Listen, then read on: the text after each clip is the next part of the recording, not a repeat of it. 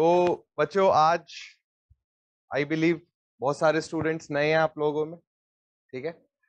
तो आज हम स्टार्ट करेंगे एक बहुत इम्पोर्टेंट टॉपिक, और टॉपिक के साथ साथ हम कुछ और चीजें भी डिस्कस करेंगे। सबसे पहले आज हमने पढ़ना है ओपन चैनल फ्लो।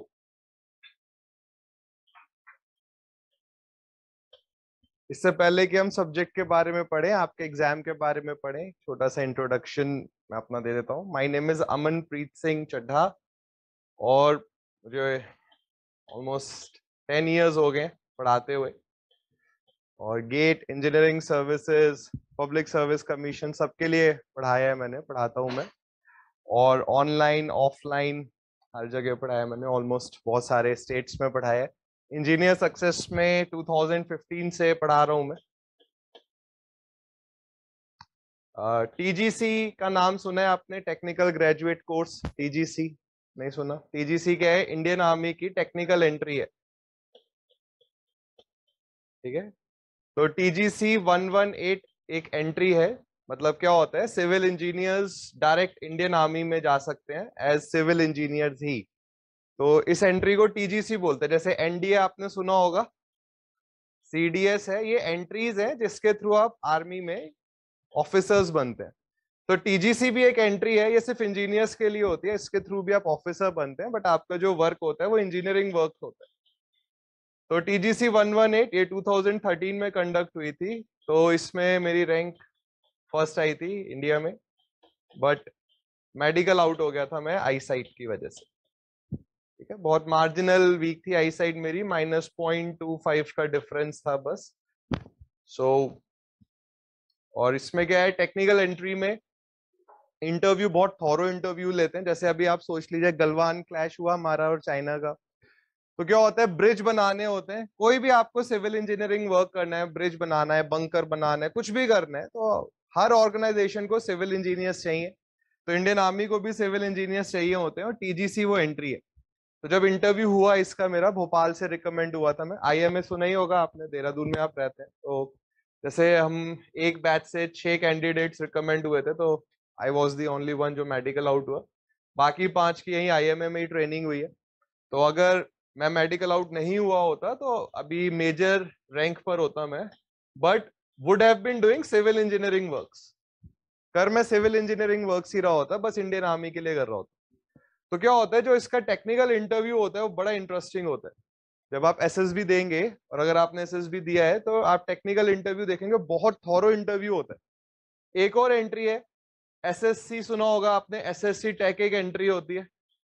ये सुना है आपने, एसएससी टेक? अच्छा, कितने बच्चे यहाँ पर बीटेक वाले हैं? कोई बीटेक वाला है यहाँ पे? सब डिप्लोमा ही है? बीटेक कितनों का नहीं है? ओके, ठीक है। तो क्या होता है बच्चे, ये सब टेक्निकल एंट्रीज है। तो ये एक छोटा सा इंट्रोडक्शन था मेरा। This is not relevant. जो चीज रेलिवेंट है वो है सब्जेक्ट का इंट्रोडक्शन। देखिए बच्चे, अगर हम उत्तराखंड पीएससी की बात करें, देखिए अगर पब्लिक सर्विस कमीशन की हम बात करें, चाहे वो उत्तराखंड हो, चाहे वो उत्तर प्रदेश हो, चाहे वो तेलंगाना हो, चाहे वो कोई सा भी स्टेट हो, पब्लिक सर्विस कमीशन एक बहुत अच्छी अपॉर्चुनिटीज है जॉब के लिए। सबसे अच्छी बात ये रहती है कि आप अपने स्टेट में रहते हैं, जहां पर आप पले बड़े, जो भी कल्चर है, फूड है, सब आपका अपना रहता है। तो स्टूडेंट्स बहुत प्रेफर करते हैं कि पब्लिक सर्विस कमीशन में उनका सिलेक्शन हो जाए। अब उत्तराखंड पब्लिक सर्विस कमीशन में इस बार बहुत अच्छी नंबर में उन्होंने सीट निकाली है, तो बहुत अच्छे चांसेस हैं आपका एक अच्छे गवर्नमेंट जॉब को पाने के। देखिए, गवर्नमेंट जॉब का एक सबसे बड़ा एडवांटेज जो मैं मानता हूं वो ये है कि आपको दोबारा लाइफ में फाइनेंशियल स्ट्रगल नहीं करना पड़ेगा। देखिए, लाइफ में हमेशा स्ट्रगल रहेगा। आज स्टडीज आपके लिए एक स्ट्रगल है, कल एक बढ़िया जॉब लग भी जाएगी तब भी कुछ ना कुछ स्ट्रगल रहेगा, पर्सनल होगा, प्रोफेशनल होगा। बट अगर आपको एक अच्छी गवर्नमेंट जॉब मिल जाएगी, एटलीस्ट आपको फाइनेंशियली स्ट्रगल नहीं मिलेगा। अच्छे सैलरी पैकेजेस हैं, ठीक है, आपको अच्छा खासा पैसा मिलता है। फिर सोसाइटी में आपकी बड़ी इज्जत हो जाती है कि भाई हाँ, ये एक गवर्नमेंट एम्प्लॉय है। तो अगर आप अगले कुछ टाइम डिवोट करें पब्लिक सर्विस कमीशन की तैयारी में, यूकेपीएससी की तैयारी में, तो एक बहुत अच्छी जॉब आपको मिल सकती है, और आपकी लाइफ में एटलीस्ट फाइनेंशियल स्ट्रगल्स आपको देखने को नहीं मिलेंगे। और अगर बच्चे पॉकेट में थोड़ा पैसा होना तो बहुत सारी चीजों से लड़ने की हिम्मत आ जाती। तो अगर हम देखें कि एग्जाम का बेनिफिट क्या है, तो आपको एक अच्छी इंजीनियरिंग पोस्ट मिल रही है और आपको अच्छा सैलरी पैकेज मिल रहा है, वो भी उत्तराखंड में। उत्तराखंड आ जाइए, इज नॉट दैट एक्सपेंसिव, तो आप बहुत सारा पैसा सेव कर सकते हैं। सेविंग्स बहुत अच्छी है। कई बार क्या होता है,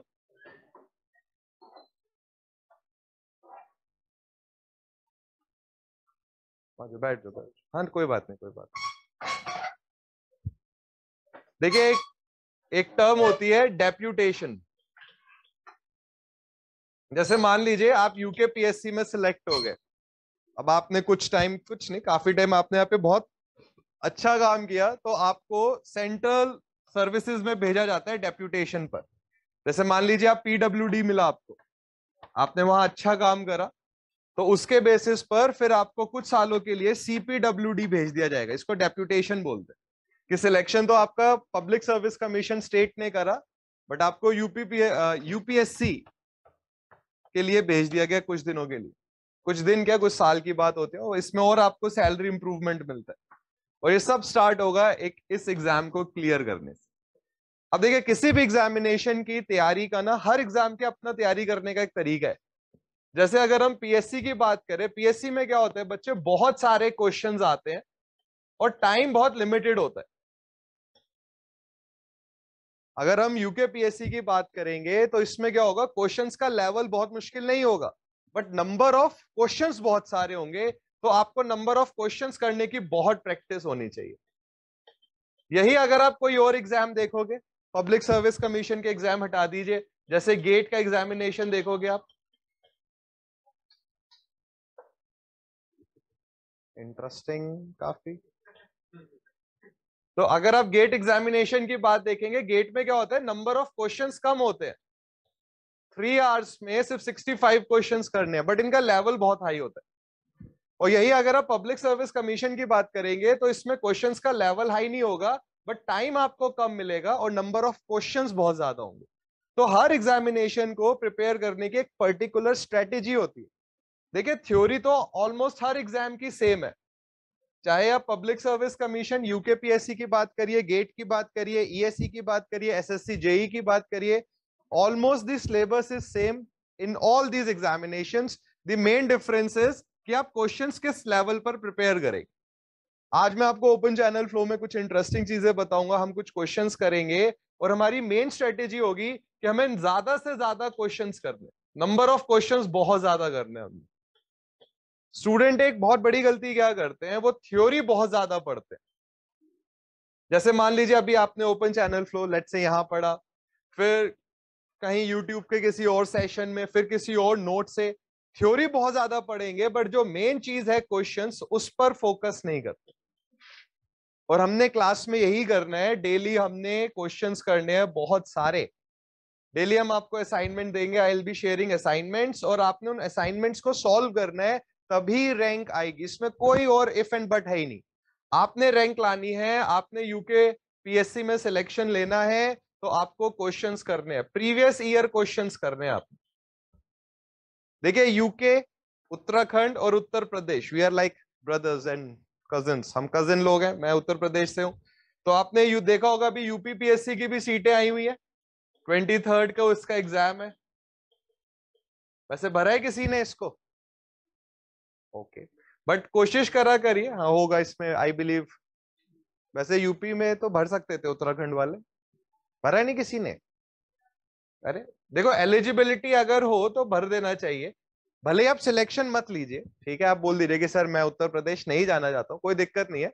बट आपको क्या होता है ना, आपकी प्रिपरेशन हो जाती है, आपको ये पता चल जाता है कि हाँ भाई मैं कितना प्रिपेयर्ड हूँ एक एग्जाम के लिए। लेट से आपने, किसी बच्चे ने एग्जाम दे रखा है, फॉर्म भरा हुआ है, तो 23 जनवरी को जब एग्जाम होगा ना, तो आपको ये पता चल जाएगा कि कितना टेक्निकल आपने,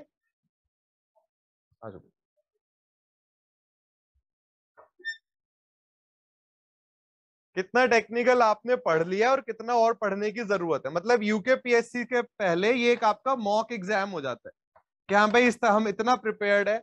लेट से आपने सोम पढ़ रखा है, तो आपके दिमाग में आएगा कि अच्छा अभी मुझे सोम के और क्वेश्चंस करने की जरूरत है।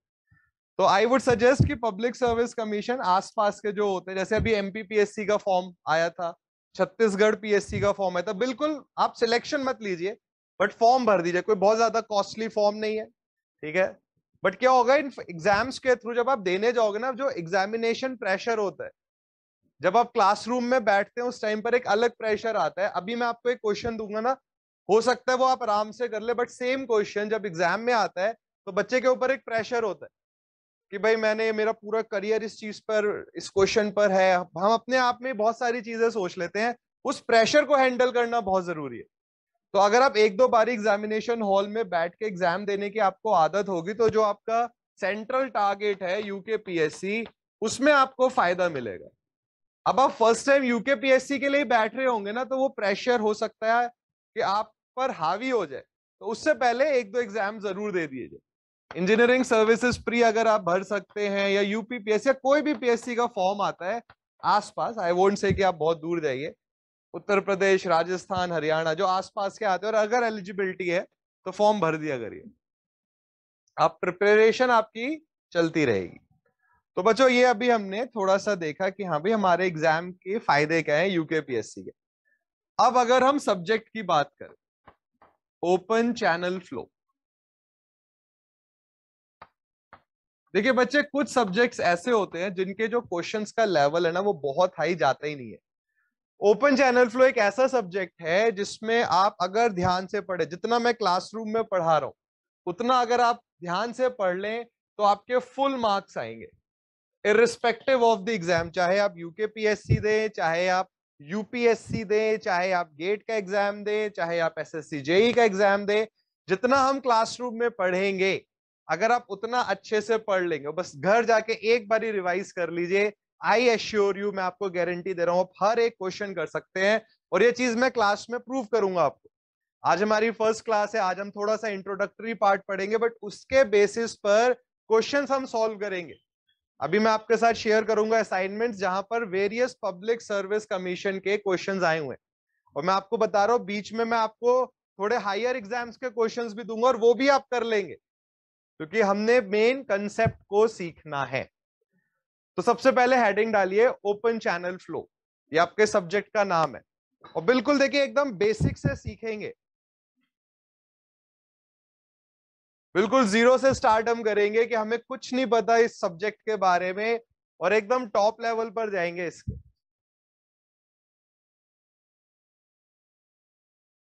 अब देखिए ओपन चैनल फ्लो समझने से पहले हमें एक वर्ड को समझना होगा जिसको बोलते हैं कंड्यूट, CONDUIT। देखिए ओपन चैनल फ्लो में कंड्यूट वर्ड आता है। अब कंड्यूट का मतलब क्या है, सॉरी, कंड्यूट एक पैसेज है, एक मीडियम है, एक माध्यम है जिसके थ्रू फ्लूइड, जिसमें हम वाटर की बात करें, एक प्लेस से दूसरे प्लेस तक ट्रेवल करता है। ठीक है, फिर से सुनिए, कंड्यूट का मतलब क्या होता है। कंड्यूट एक पैसेज है, एक रास्ता है, एक माध्यम है जिसके थ्रू कोई भी वाटर एक पॉइंट से दूसरे पॉइंट तक ट्रेवल करता है। बड़ा सिंपल सा एग्जांपल अगर मैं दूं आपके सामने, रिवर, नदी। बच्चे नदी क्या करती है, वाटर को एक पॉइंट से दूसरे पॉइंट तक ट्रांसफर करती है, ट्रांसपोर्ट करती है। एक और बहुत सिंपल एग्जांपल हो गया पाइप। आपका घर मान लीजिए थर्ड फ्लोर पर है, तो ग्राउंड फ्लोर से पानी थर्ड फ्लोर पर आता है, किसके थ्रू, पाइप के थ्रू। तो कोई भी ऐसा माध्यम जिसके थ्रू वाटर एक पॉइंट से दूसरे पॉइंट तक ट्रेवल करे उसको हम बोलेंगे कंड्यूट। अब इसी कंड्यूट में एक बड़ी इंपॉर्टेंट चीज आ जाएगी, ओपन चैनल। बट पहले हम कंड्यूट की डेफिनेशन लिखेंगे। ठीक है, हेडिंग डालिए कंड्यूट, CONDUIT। कंड्यूट में लिखिए it is the passage, passage मतलब रास्ता, इट इज द पैसेज, ऐसे स्लैश करके लिख लीजिए, मीडियम, माध्यम मतलब, it is the passage slash medium through which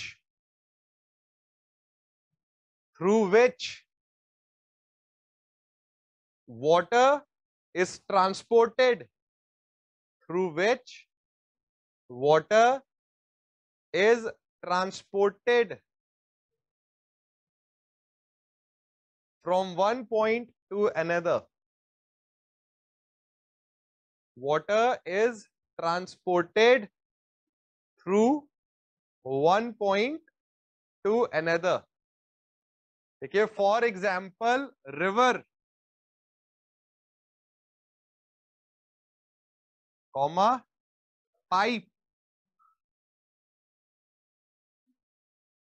बच्चों कोई और एग्जाम्पल देना चाहेंगे? वेरी गुड, कॉमा लिख के लिखिए कैनाल. एक और बड़ा इंटरेस्टिंग एग्जाम्पल है जिसको आप बड़े गहरे तरीके से जिसकी पढ़ाई भी करते हैं, इट इज सीवर, है ना. इन्वायरमेंटल इंजीनियरिंग में आप सीवर्स के बारे में पढ़ते हैं.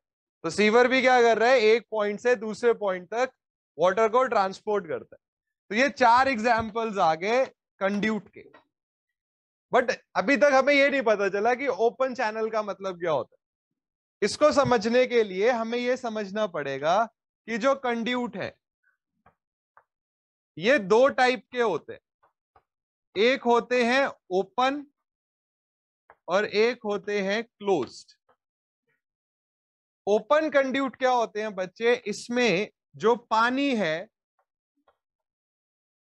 उसकी टॉप लेयर, वाटर की टॉप मोस्ट लेयर एयर के कांटेक्ट में होती है.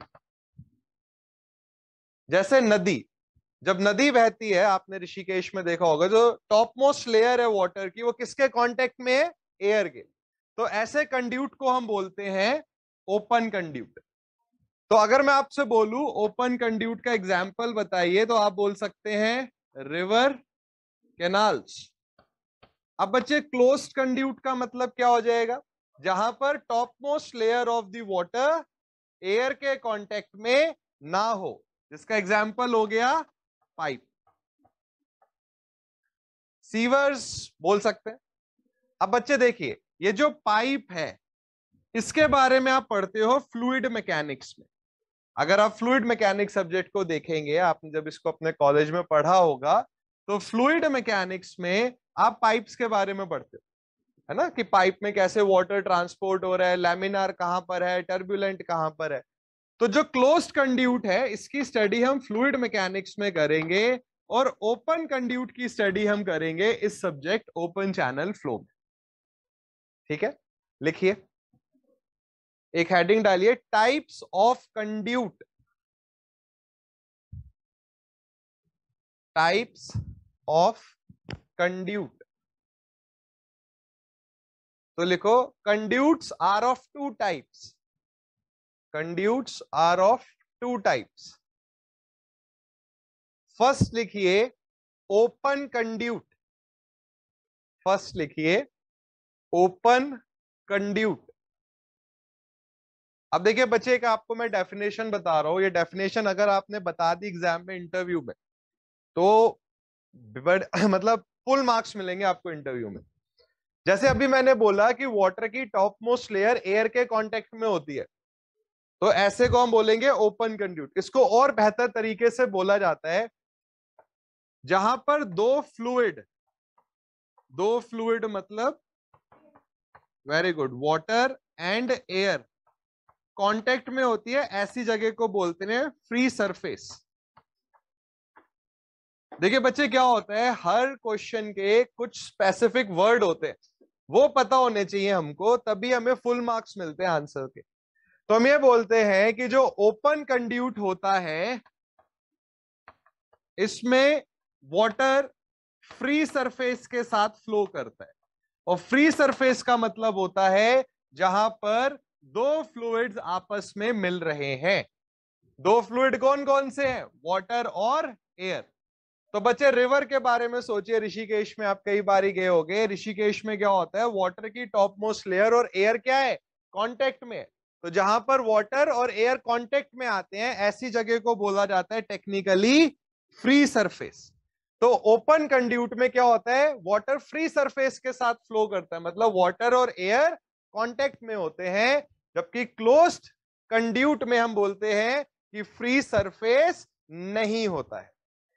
देखिए आपने अगर ये आंसर्स दे दिए, ये आंसर बोल दिए, तो आपको फुल मार्क्स मिलेंगे। जैसे क्या होता है, अगर मैं आपसे पूछूं आप कहाँ रहते हैं और आप बोलो उत्तराखंड, तो आपने गलत आंसर तो नहीं दिया, आप उत्तराखंड में रहते हैं, बट क्या आपका आंसर प्रिसाइज है? नहीं है। आप उत्तराखंड में भाई देहरादून में रहते हैं, देहरादून में भी एक पर्टिकुलर लोकेलिटी में रहते हैं। तो ये आंसर बोलना कि वाटर एयर कांटेक्ट में है, ये गलत नहीं है। बट इससे भी बेहतर आंसर क्या है कि वाटर फ्री सरफेस के साथ फ्लो करेगा ओपन कंड्यूट में, और क्लोज कंड्यूट में ये फ्री सरफेस के साथ फ्लो नहीं करेगा। ये सब हम लिखेंगे। फ्री सरफेस का मतलब होता है वाटर और एयर का आपस में कांटेक्ट में होना। बस वो टेक्निकल वर्ड हमने लिख दिया कि फ्री सरफेस है। ठीक है, लिखिए इसमें ओपन कंड्यूट में लिखो, इन सच conduits water flows with a free surface. In such conduits, water flows with a free surface. अब फुल स्टॉप करके नेक्स्ट लाइन से एक नोट डालिए, फ्री सरफेस का मतलब लिख लेते, नोट में लिख लेते हैं। लिखो, फ्री सरफेस इंप्लाइज, ये फ्री सरफेस का मतलब क्या है, नोट में लिखिए, free surface implies that water and air, free surface implies that water and air are in contact,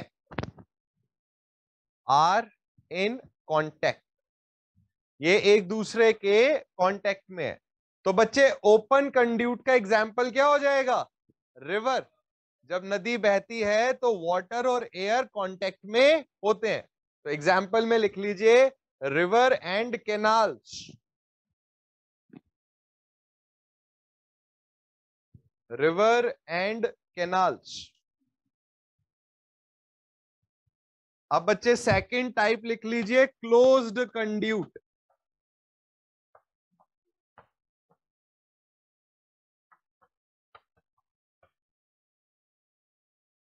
तो बच्चे हम लिखेंगे क्लोज्ड कंड्यूट में वाटर फ्री सरफेस के साथ फ्लो नहीं करता है, मतलब एयर और वाटर कांटेक्ट में नहीं होते हैं। लिखो, इन सच conduit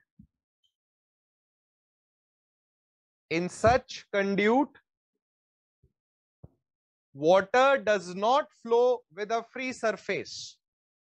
In such conduit, water does not flow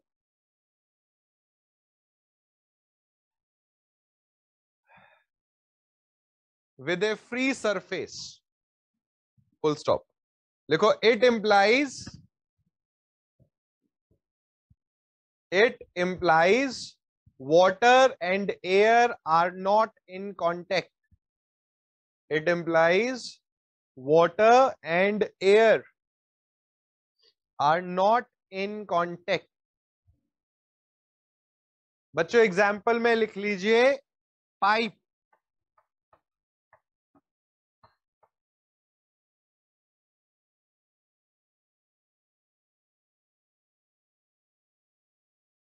अब बच्चे देखिए, अब हमारे सब्जेक्ट का नाम आता है कि ओपन चैनल का मतलब क्या होता है। What is the meaning of open channel? देखिए, ओपन चैनल उस कंड्यूट को बोलेंगे जिसमें दो कंडीशंस एक साथ फॉलो हो। पहली कंडीशन कि वाटर फ्री सरफेस के साथ फ्लो करे, मतलब वाटर और एयर कांटेक्ट में हो, और बच्चे जो फ्लो हो रहा है वो ग्रेविटी की वजह से हो। अब जैसे समझिए रिवर, बच्चे क्या रिवर में कोई मोटर लगी हुई है? नहीं। रिवर में फ्लो क्यों हो रहा है? क्योंकि नीचे जो बेड है चैनल का वो एक स्लोप पर है। अब जैसे मान लीजिए मैं स्लोप रखूं तो ये पेन स्लाइड होता हुआ नीचे आ जाएगा। तो जो रिवर में फ्लो होता है वो होता है ग्रेविटी की वजह से। स्लोप की वजह से पानी नीचे बह जाता है। जैसे घर में हमारे होता है, फ्लोर को हम थोड़ा सा स्लोप पर रख देते हैं तो पानी क्या होता है, अपने आप बहता हुआ निकल जाता है। तो ओपन चैनल क्या होते हैं? ओपन चैनल ऐसे कंड्यूट हैं जिनमें दो कंडीशन फुलफिल हो। एक तो ये फ्री सरफेस दिखाएं, मतलब वाटर और एयर कांटेक्ट में हो, और दूसरा जो फ्लो हो वो ग्रेविटी की वजह से हो। कोई मोटर नहीं, कुछ नहीं, अपने आप फ्लो होना चाहिए। अब सोचिए पाइप के बारे में। बच्चे, आप थर्ड फ्लोर पर रहते हो और आपको ग्राउंड फ्लोर से पानी खींचना है, तो क्या पानी अपने आप ऊपर आ जाएगा? नहीं आएगा।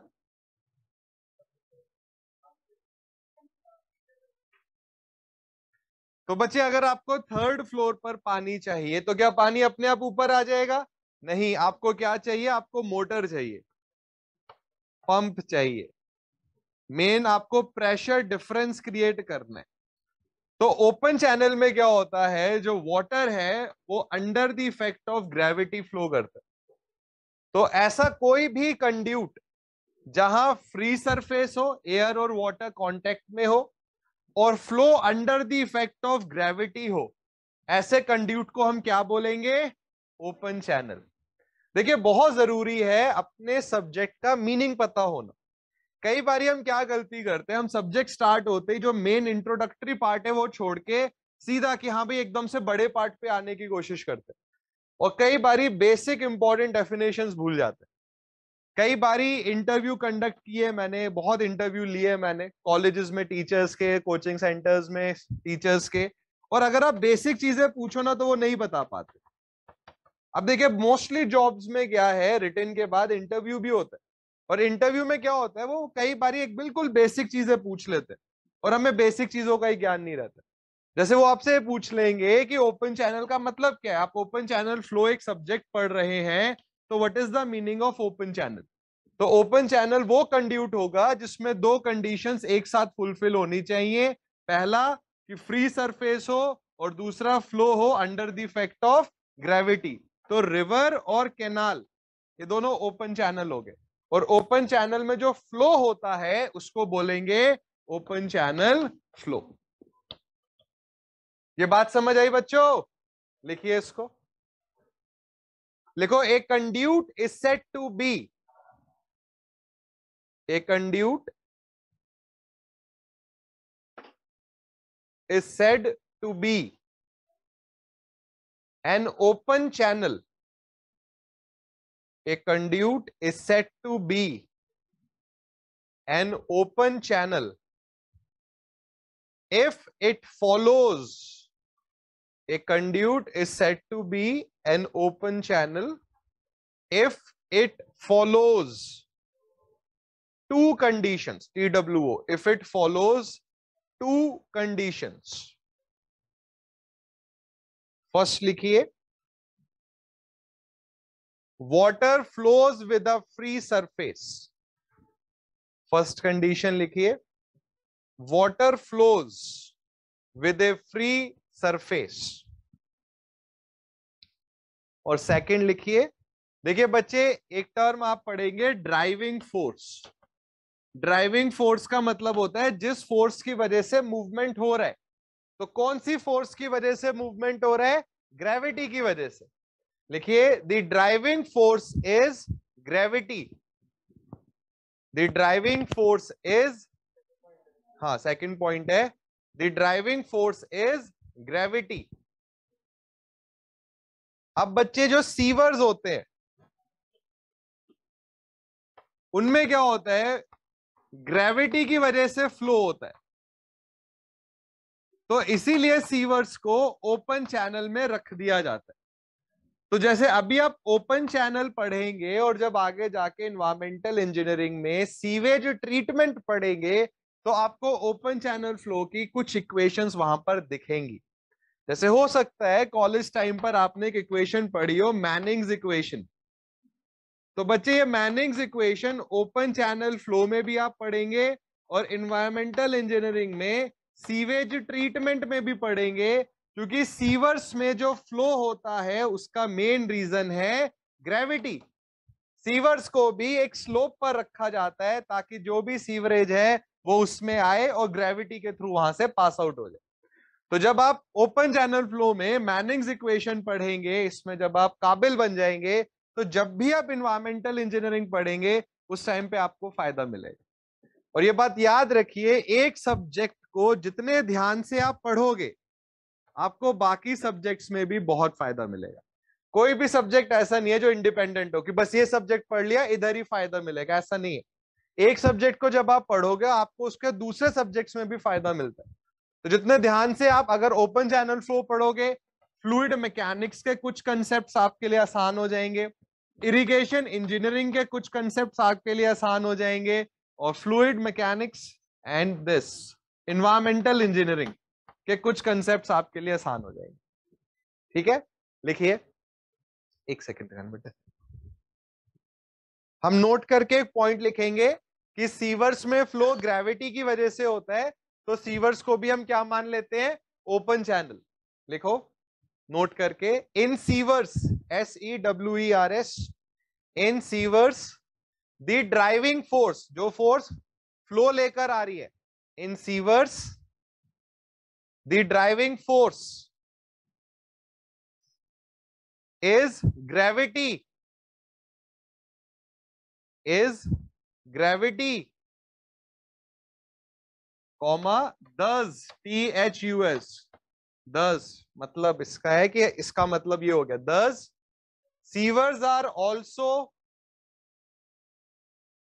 treated as, sievers are also treated as open channels, sievers are also treated as open channels, full stop। Next line से लिखिए, लिखो flow in an open channel, flow in an open channel is known as open channel flow, flow in an open channel is known as open channel flow। तो आपके subject का meaning हमने अभी समझ लिया। अब बच्चों एक क्विक रिकैप करते हैं, क्विक रिवीजन करते हैं। सबसे पहले हमने पढ़ा कंड्यूट। कंड्यूट एक पैसेज है, एक रास्ता है जिसके थ्रू वाटर एक पॉइंट से दूसरे पॉइंट तक जाता है। कंड्यूट दो टाइप के हैं, ओपन एंड क्लोज्ड। ओपन में वाटर फ्री सरफेस के साथ बहता है, मतलब वाटर एयर कांटेक्ट में है, और क्लोज्ड में फ्री सरफेस नहीं है। ओपन चैनल ऐसा कंड्यूट है जिसमें फ्री सरफेस होगा और ड्राइविंग फोर्स, जिस फोर्स की वजह से मूवमेंट होगा वो होगी ग्रेविटी। ये ग्रेविटी क्यों आ रही है ओपन चैनल में, क्योंकि आपने बेड स्लोप दिया है। अगर चैनल का जो बेड है, मान लीजिए रिवर का जो बेड है वो एकदम हॉरिजॉन्टल हो, तो क्या वाटर मूव करेगा? नहीं करेगा। अगर मैं ये हाथ ऐसे हॉरिजॉन्टल रख दूं तो ये पेन मूव ही नहीं करेगा। जब आप स्लोप देंगे ये तब मूव करना स्टार्ट करेगा। तो ग्रेविटी कहां से आ रही है? स्लोप की वजह से आ रही है। बात समझ आई बच्चों? अब ये स्लोप नदी का क्या होता है, बदलता रहता है, इसलिए कहीं पर आपको ज्यादा स्पीड मिलेगी, कहीं आपको कम स्पीड मिलेगी, बट स्लोप आपको जरूर मिलेगा। अभी तक कोई भी डाउट है आप एक बारी रीडिंग कर लीजिए जितना आपने पढ़ा है। कहीं भी डाउट है तो पूछिए।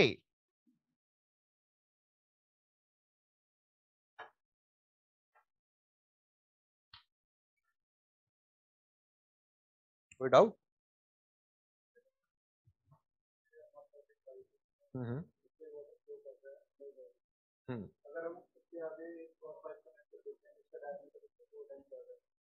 हम्म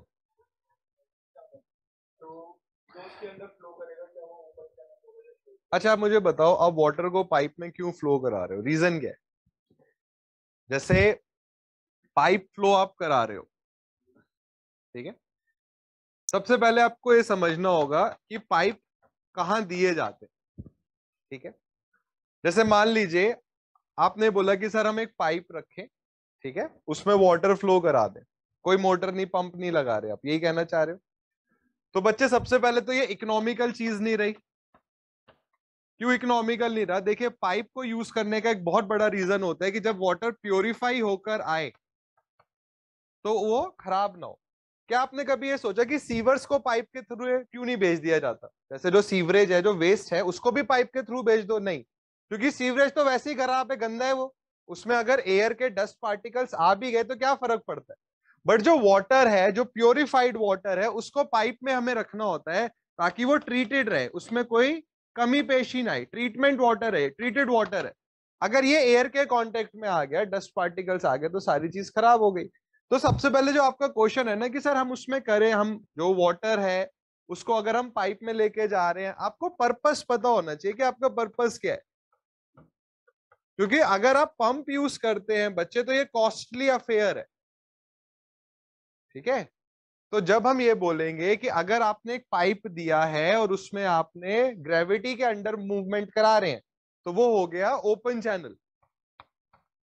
बट बात ये है ना कि हम पाइप में फिर पानी लेके क्यों जा रहे हैं अगर उसको हमने ट्रीट नहीं कराना। अब आपने एक ट्रीटेड वाटर दिया है, तो बच्चे थर्ड फ्लोर वाले इसको कैसे यूज करेंगे, फोर्थ फ्लोर वाले कैसे यूज करेंगे इस वाटर को। तो जब आप पाइप यूज करते हैं तो आप हमेशा यहां पर पंप लगाएंगे। अगर आपने पानी को पाइप में भेज दिया, ठीक है, और पंप यूज नहीं करा, तो ऊपर एलिवेशन वाले तो यूज ही नहीं कर सकते जो हायर रहते हैं। तो ये आपने जो पाइप पर इतने करोड़ रुपए लगाए, उसको लगाने का फायदा क्या होगा। तो पाइप का फ्लो हमेशा पंप के थ्रू ही कराया जाता है, इसलिए पाइप फ्लो हमेशा अंडर अ प्रेशर डिफरेंस होगा और कभी भी ओपन चैनल फ्लो की कैटेगरी में नहीं आएगा।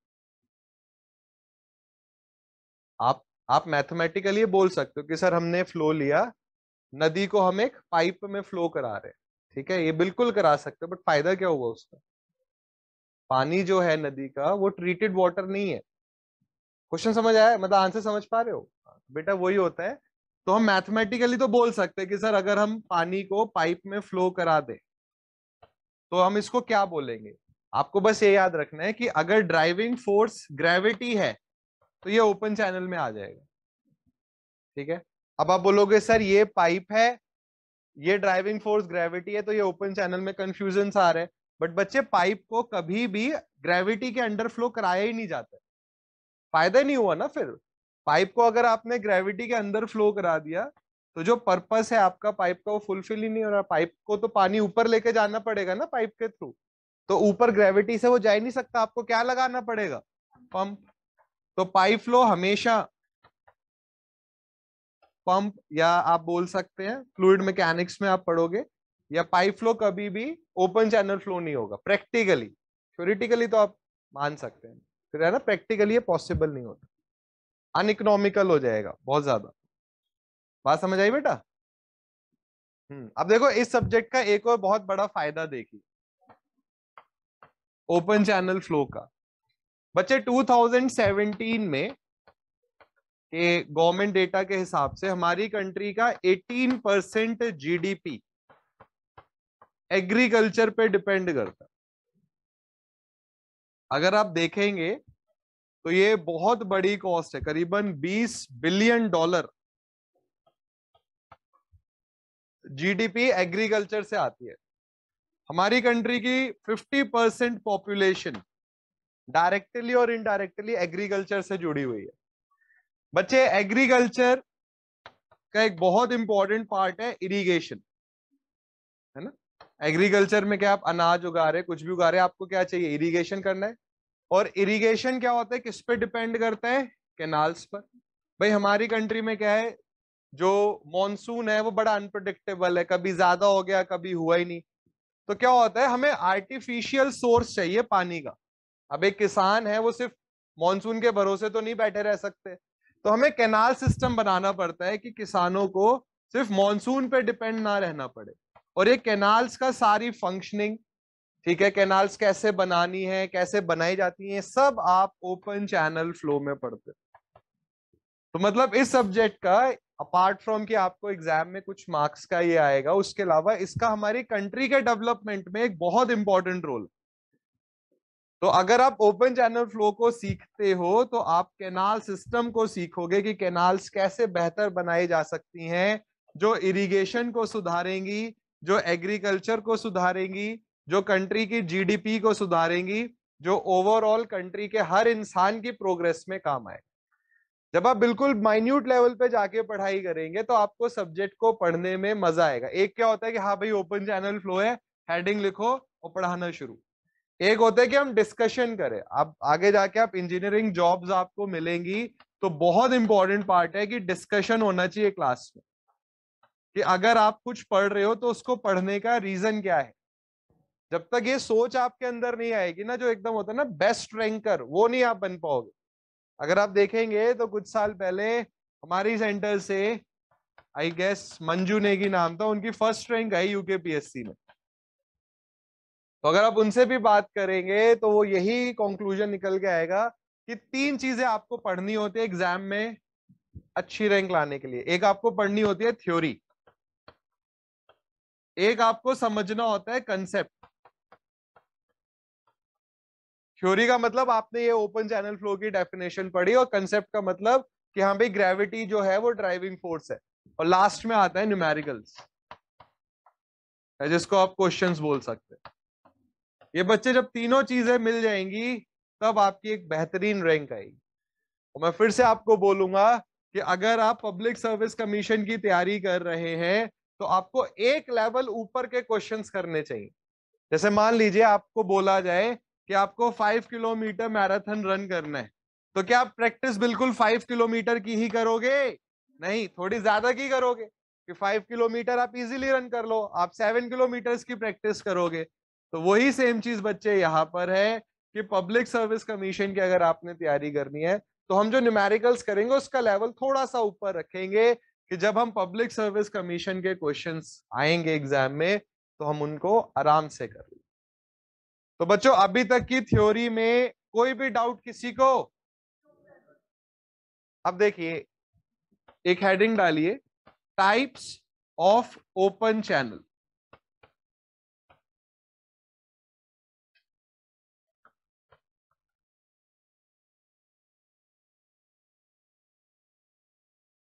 Types of open channel. अब बच्चे पहले इसको समझ लेते हैं। देखिए ओपन चैनल 2 टाइप के होते हैं, एक है प्रिज्मेटिक और एक है non prismatic. Strength of material subject में आप एक टर्म पढ़ते हो प्रिज्मेटिक बार। कोई बच्चा बता सकता है कि प्रिज्मेटिक बार का मीनिंग क्या होता है? हाँ, along the length cross section same रहे। बिल्कुल इस तरीके से प्रिज्मेटिक चैनल्स होते हैं। बच्चे प्रिज्मेटिक चैनल्स में क्या होगा, इनकी लेंथ के अलोंग इनका क्रॉस सेक्शन और इनका slope, slope and cross section ये सेम रहता है। जैसे आपने नहर कभी देखी हो, ठीक है, गांव में अगर आप जाते तो नहर जरूर दिखेगी आपको। तो आपने देखा होगा, लेट्स से एक ट्रेपेजॉइडल सेक्शन है नहर का, कैनाल का, और ये क्या है, थ्रू आउट है। ऐसा नहीं है कि पहले कहीं ट्रेपेजॉइडल है फिर रेक्टेंगल हो गया फिर ट्राइंगल हो गया, ऐसा नहीं है। तो अगर किसी चैनल की length const along the length cross section same है और स्लोप भी सेम है, ऐसा नहीं कि पहले स्लोप बहुत ज्यादा हो गया फिर कम हो गया, ऐसा नहीं। तो अलोंग द लेंथ अगर क्रॉस सेक्शन और स्लोप कांस्टेंट है तो ऐसे ओपन चैनल को हम नाम देंगे प्रिज्मेटिक चैनल। और इसका एग्जाम्पल हो गया कैनाल, हिंदी में आप बोल सकते हैं नहर। अब यही अगर हम नॉन प्रिज्मेटिक चैनल की बात करें तो अलोंग दी लेंथ इनका क्रॉस सेक्शन और स्लोप कांस्टेंट नहीं होता। एग्जाम्पल क्या होगा? River, very good. अगर आप नदी को देखेंगे बच्चे तो नदी का क्रॉस सेक्शन बदलता रहता है, कहीं पर ज्यादा होगा कहीं पर कम हो जाएगा, स्लोप कहीं ज्यादा है स्लोप कहीं कम है। तो प्रिज्मेटिक चैनल का एग्जाम्पल हो गया कैनाल और नॉन प्रिज्मेटिक चैनल का एग्जाम्पल हो गया रिवर। बच्चों दोनों का मतलब समझ आ रहा है? लिखो टाइप्स ऑफ ओपन चैनल में फर्स्ट लिखो prismatic channel.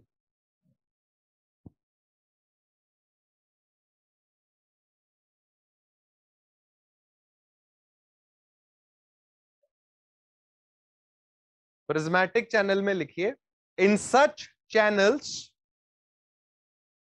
In such channels the cross sectional area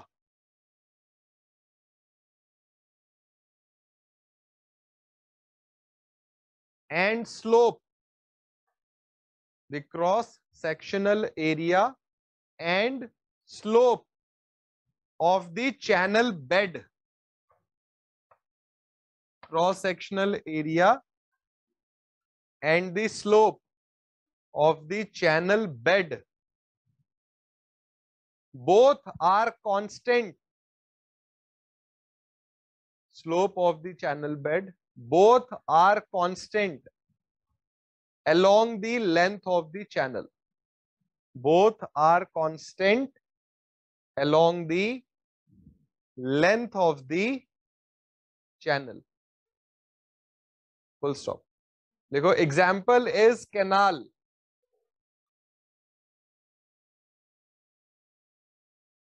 Example is canal. Second type लिखिए non prismatic channel. Non prismatic channel, इसमें लिखिए in such channels, in such channels cross section and slope, in such channels cross section and slope are varying, varying, are varying along the length of the channel, are varying along the length of the channel. Full stop. देखिए, example is river. Example is river. अब देखिए बच्चे, कोई भी examination की आप तैयारी करो, प्रिसीजन बहुत जरूरी है. आपके आंसर्स बिल्कुल प्रिसाइज होने चाहिए. जैसे हमने बोला कि जो ड्राइविंग फोर्स होता है ओपन चैनल में, वो ग्रेविटी है.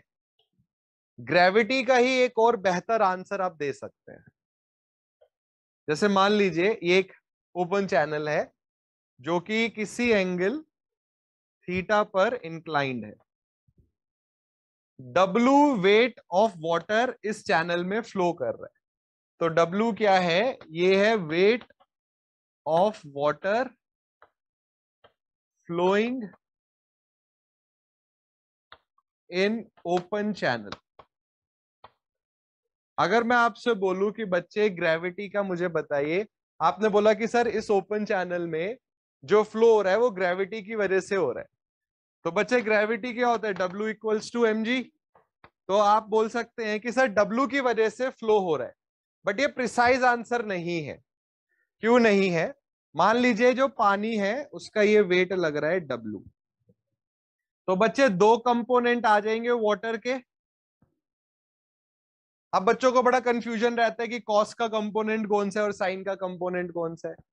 रटी हुई जो भी आपकी नॉलेज होगी वो सिर्फ एक दिन दो दिन तक टिकी रहेगी, बट समझी हुई हमेशा रहेगी आपके साथ.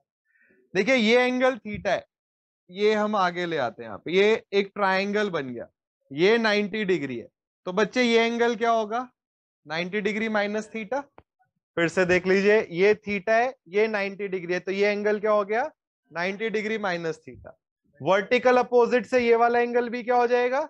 90 डिग्री माइनस थीटा. ये वाला एंगल बच्चे ये 90 डिग्री है, तो ये वाला एंगल क्या आ गया? थीटा. अब इसको दोबारा देख लीजिए.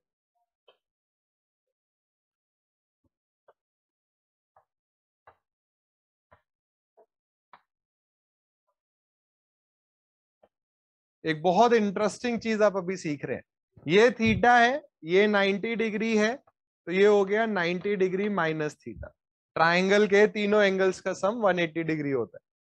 ये 90 डिग्री माइनस थीटा है, तो ये भी 90 डिग्री माइनस थीटा होगा. ये 90 डिग्री है, तो बच्चे ये एंगल कितना आ गया? थीटा. अब थीटा के साथ वाला कंपोनेंट क्या होता है? कॉस. और ये वाला क्या हो जाएगा? Sine theta. तो बच्चे ग्रेविटी मतलब W रिस्पॉन्सिबल नहीं है वाटर मूवमेंट के लिए, कौन रिस्पॉन्सिबल है? W sine theta. अभी जब हम ओपन चैनल में RVF रैपिडली वेरिड फ्लो पढ़ेंगे या यूनिफॉर्म फ्लो पढ़ेंगे, आपको कभी भी ओपन चैनल फ्लो में W cos थीटा नहीं दिखेगा, आपको हमेशा ओपन चैनल फ्लो में दिखेगा W साइन थीटा। तो जो वाटर का फ्लो हो रहा है नदी में या कैनाल में, वो W ग्रेविटी की वजह से नहीं हो रहा है, वो हो रहा है ग्रेविटी W के कंपोनेंट की वजह से, जिसकी वैल्यू क्या है? W sine theta. और ये बच्चे क्वेश्चंस पूछे जाते हैं एग्जाम्स में भी, और ये क्वेश्चंस पूछे जाते हैं इंटरव्यू में भी। थोड़ी सी एक बच्चों की ना ये धारणा गलत होती है, उन्हें लगता है कि पब्लिक सर्विस कमीशन है तो बस वो बहुत ही सिंपल चीजें पूछेंगे, ऐसा नहीं है। एक अच्छा लेवल मेंटेन्ड होता है। अगर आप यूकेपीएससी के पेपर देखेंगे 2012 और 13 के, तो अच्छे क्वेश्चंस भी आए हैं, सिंपल क्वेश्चंस भी आते हैं, बट अच्छे क्वेश्चंस भी आते हैं। और कुछ क्वेश्चन मान लीजिए ऐसे जरूर आएंगे जो आपको मेरिट में लेकर आएंगे। कुछ क्वेश्चन बहुत आसान है, वो आप भी कर रहे हैं, वो बाकी बच्चे भी कर रहे हैं, बट जो आप बाकी बच्चों से आगे निकलेंगे वो इन क्वेश्चंस के थ्रू निकलेंगे। वो यही क्वेश्चन आपसे पूछेंगे, ये ओडिशा पीएससी और हरियाणा पीएससी का क्वेश्चन है। वो आप वहां क्वेश्चन ये था कि ग्रेविटी या ड्राइविंग फोर्स ओपन चैनल में क्या है, उन्होंने ऑप्शन दे दिया W sine theta, W cos theta या W tan theta. The answer is W sine theta. और बच्चे ये बात याद रखिए कि पब्लिक सर्विस कमीशन के क्वेश्चंस घूमते रहते हैं। मान लीजिए हरियाणा पीएससी में कोई क्वेश्चन आ गया, तो कुछ टाइम बाद वो राजस्थान में आएगा, तेलंगाना में आएगा, उत्तराखंड में आएगा। तो हमारा जो फोकस रहेगा क्वेश्चंस का, हम ऑलमोस्ट सब पब्लिक सर्विस कमीशन के क्वेश्चंस करेंगे। और ये बात मैं अगेन बोल रहा हूं आपको, रैंक सिर्फ क्वेश्चंस करने से आएगी। आप यहां पर टाइम डिवोट करेंगे, मनी डिवोट करेंगे, और वो सब यूजलेस है अगर आपने क्वेश्चंस नहीं करे। क्वेश्चंस में क्या होता है, कुछ क्वेश्चंस ऐसे होंगे बिल्कुल फॉर्मूला बेस्ड, आप उनको आराम से कर लेंगे, आपको कोई जरूरत नहीं है टीचर की। कुछ क्वेश्चंस बिल्कुल थ्योरी बेस्ड होंगे, उसमें भी आपको टीचर की कोई जरूरत नहीं है, बट ये वो क्वेश्चंस हैं जो हर बच्चा कर रहा है। कुछ क्वेश्चंस होंगे बिल्कुल कंसेप्ट बेस्ड, अब ये क्वेश्चन भी मैं आपको दिखाऊंगा कंसेप्ट बेस्ड। और कुछ क्वेश्चंस के क्या होंगे, न्यूमेरिकल्स का लेवल थोड़ा सा हाई होगा, यहां पर आपको टीचर की जरूरत पड़ती है। तो ये जो पार्ट है, इतना जो पार्ट है, ये घर पे बैठ के आराम से किया जा सकता है, बट ये वो पार्ट होता है जहां टीचर की जरूरत पड़ती है। जैसे यहां पर ये जो W साइन थीटा वाला पार्ट है, यहां आपको टीचर असिस्टेंस की जरूरत होती है। नोट करके लिखिए,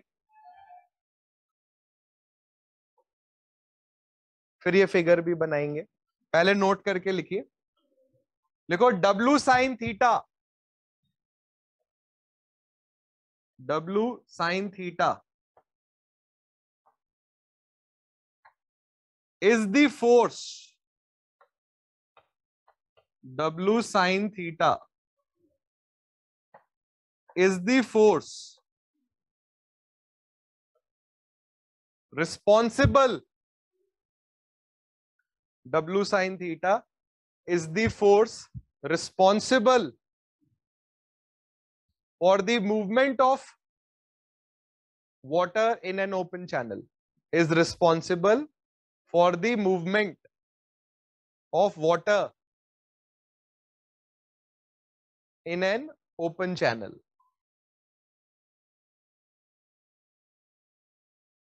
जैसे बच्चों पहले हमने लिखा था कि ग्रेविटी रिस्पॉन्सिबल है W, बट ये आंसर इनकम्प्लीट है। तो W में भी हमें क्या लिखना चाहिए, W साइन थीटा।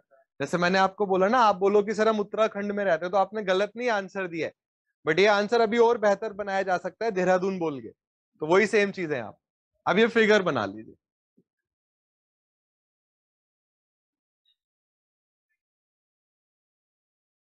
अब मैं आपसे एक क्वेश्चन पूछूंगा, वो है वैसे किसी और सब्जेक्ट का है, बट पहले ही पार्ट में आ रहा था, जब आप सब्जेक्ट का पहला पेज पढ़ते हो ना बुक से, उसी में वो क्वेश्चन आ जाएगा।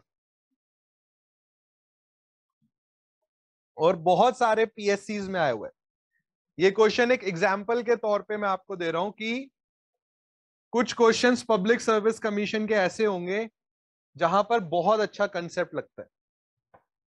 बच्चे एग्जाम्पल के तौर पे मैं दे रहा हूं कि किस टाइप के क्वेश्चंस आते हैं। मान लीजिए एक बार है, सोम का क्वेश्चन है, बहुत सिंपल सा। एक बार है, इसका क्रॉस सेक्शनल एरिया ए है, इस पर पी लोड ग्रेजुअली लग रहा है, तो बच्चे स्ट्रेस कितना जनरेट हो जाएगा? पी बाई ए। ठीक है, अब मान लीजिए ये जो बार है इसका आधे पार्ट का यंग्स मॉडुलस E1 है और आधे पार्ट का यंग्स मॉडुलस E2 है, मतलब दो अलग अलग मटेरियल है। L/2 तक मटेरियल कोई अलग है और रिमेनिंग L/2 के लिए मटेरियल अलग है। अब स्ट्रेस का फॉर्मूला क्या होगा?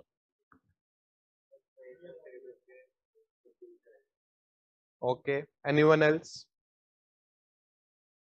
ये क्वेश्चन बच्चे बहुत सारे पब्लिक सर्विस कमीशंस में आ रखे और मुश्किल नहीं है, कोई न्यूमेरिकल नहीं है, बहुत लंबा सा है। क्या वो तो बच्चे इलोंगेशन हुआ, PL/A, स्ट्रेस पूछा है मैंने। क्वेश्चन समझ आ रहे? क्वेश्चन देखो, मैं आपको एक एग्जांपल दे रहा हूं, आप बोलेंगे सर ओपन चैनल फ्लो में सोम चल रहा है, वो नहीं मैं बोल रहा हूं, मैं आपको बोल रहा हूं कि किस टाइप के क्वेश्चंस आते हैं। क्योंकि सोम का जब आप पहला दूसरा पेज पढ़ते हो ना बुक का, तब ये वाला टॉपिक आ जाता है, कोई बहुत अंदर का टॉपिक नहीं है ये। तो हमने ये बोला कि भाई पी और ए, पी लोड लग रहा है, ए क्रॉस सेक्शनल एरिया, स्ट्रेस बताओ, आपने बोला P/A। अब मैंने बोला आधे मटेरियल अलग है और आधा मटेरियल अलग है, E1 E2 मटेरियल प्रॉपर्टी है, अब स्ट्रेस बताओ क्या होगा। और ऐसे क्वेश्चंस आपको पब्लिक सर्विस कमीशन में दिखेंगे, और ये वो क्वेश्चंस है बच्चे जो आपको बाकी जनता से अलग करेंगे, जो आपको मेरिट में लेकर आएंगे। कुछ क्वेश्चन बिल्कुल फॉर्मूला बेस्ड हैं, अगर वो आप कर रहे हैं तो वो बाकी हजारों बच्चे भी कर रहे हैं, वो आपको आगे नहीं लेकर आ रहे हैं औरों से, ये वो क्वेश्चंस है जो आगे लेकर आ रहे हैं। आंसर क्या रहेगा? P/A, क्योंकि स्ट्रेस मटेरियल पर डिपेंड नहीं करता। अब इससे क्यों नहीं करता है, कैसे नहीं करता, वो जब आप सोम पढ़ेंगे तब आपको सिखाया जाएगा। अब जैसे देखिए, अनफॉर्चुनेटली क्लासरूम से किसी का आंसर नहीं आया। क्यों? क्योंकि ये कंसेप्चुअल क्वेश्चन हो गया, ये बिल्कुल थ्योरी बेस्ड क्वेश्चन नहीं था। तो कुछ क्वेश्चंस क्या होंगे, बिल्कुल थ्योरी, सिंपल थ्योरी आ जाएगी, कुछ बिल्कुल फॉर्मूला बेस्ड। ये वाला क्वेश्चन तो आना ही आना है आपके एग्जाम में। E is equals to 2G 1 plus mu, या E is equals to 3K 1 minus 2 mu. आपको EG कोई भी दो पैरामीटर गिवन करके थर्ड पैरामीटर पूछ लिया जाएगा। ये फॉर्मूला बेस्ड हो गया, ये भी आप कर लेंगे, आपको फॉर्मूला याद है, डेटा पुट करना है। बट ये क्वेश्चंस हो गए, कुछ बहुत इंटरेस्टिंग न्यूमेरिकल्स हो गए, वहां आपको टीचर असिस्टेंस की जरूरत होती है। वहां आपने बेसिक स्टडी आपकी अच्छी होनी चाहिए, बिल्कुल कंसेप्चुअल स्टडी होनी चाहिए। और ये बात बिल्कुल अभी अपने दिमाग से निकाल दीजिए कि पब्लिक सर्विस कमीशन है या कोई जेई का एग्जाम है तो बहुत आसान आएगा, हम आराम से कर लेंगे, ऐसा नहीं है। जेई के एग्जाम की सबसे बड़ी बात क्या होती है, आपको बहुत सारे क्वेश्चंस बहुत कम टाइम में करने हैं, तो आपकी स्पीड बहुत अच्छी होनी चाहिए, क्वेश्चन देखते ही आंसर आने चाहिए। और जैसे मैंने बताया, गेट के एग्जाम में क्या होगा, नंबर ऑफ क्वेश्चंस कम होंगे बट उनका कंसेप्ट बहुत स्ट्रांग होता है। और यहां पर क्या होगा, नंबर ऑफ क्वेश्चंस बहुत ज्यादा होंगे जिनमें कुछ कंसेप्चुअल होंगे जो आपको भीड़ से अलग करेंगे। तो ये जो W sin थीटा वाला क्वेश्चन था, ये भीड़ से आपको अलग करेगा। बात समझ आई बच्चों? तो अभी हमने पढ़ा ओपन चैनल फ्लो का टाइप, एक हमने पढ़ा प्रिज्मेटिक, एक हमने पढ़ा नॉन प्रिज्मेटिक। अब बच्चे ओपन चैनल फ्लो को एक और तरीके से भी आप कैटेगराइज कर सकते हो। ये होता है कि जो इसकी बाउंड्री है, ओपन चैनल की जो बाउंड्री है, ये मूविंग है या नहीं है। अगर ओपन चैनल की बाउंड्री, जैसे कैनाल है, आपके गांव में एक नहर बह रही है, कंक्रीट की लाइनिंग हो रही है, कंक्रीट से बनाई गई है, पानी बहता हुआ आया तो क्या कंक्रीट साथ में निकल जाता है? नहीं निकलता, मतलब बाउंड्री क्या है, फिक्स्ड है। ऐसे ओपन चैनल को बोलते हैं रिजिड बाउंड्री चैनल। रिजिड का मतलब है जो मूव नहीं कर रहा। अब मान लीजिए एक नदी है, क्या नदी में सही साइड में कंक्रीट लगा हुआ है? नहीं लगा हुआ। तो बहता हुआ जब पानी आता है तो वो क्या करता है, आसपास के कंकड़ पत्थर को साथ ले जाता है। ऐसे चैनल को बोलते हैं मोबाइल बाउंड्री चैनल। लिखिए, नेक्स्ट लाइन से लिखिए, लिखो open channels can also be categorised, open channels can also be categorized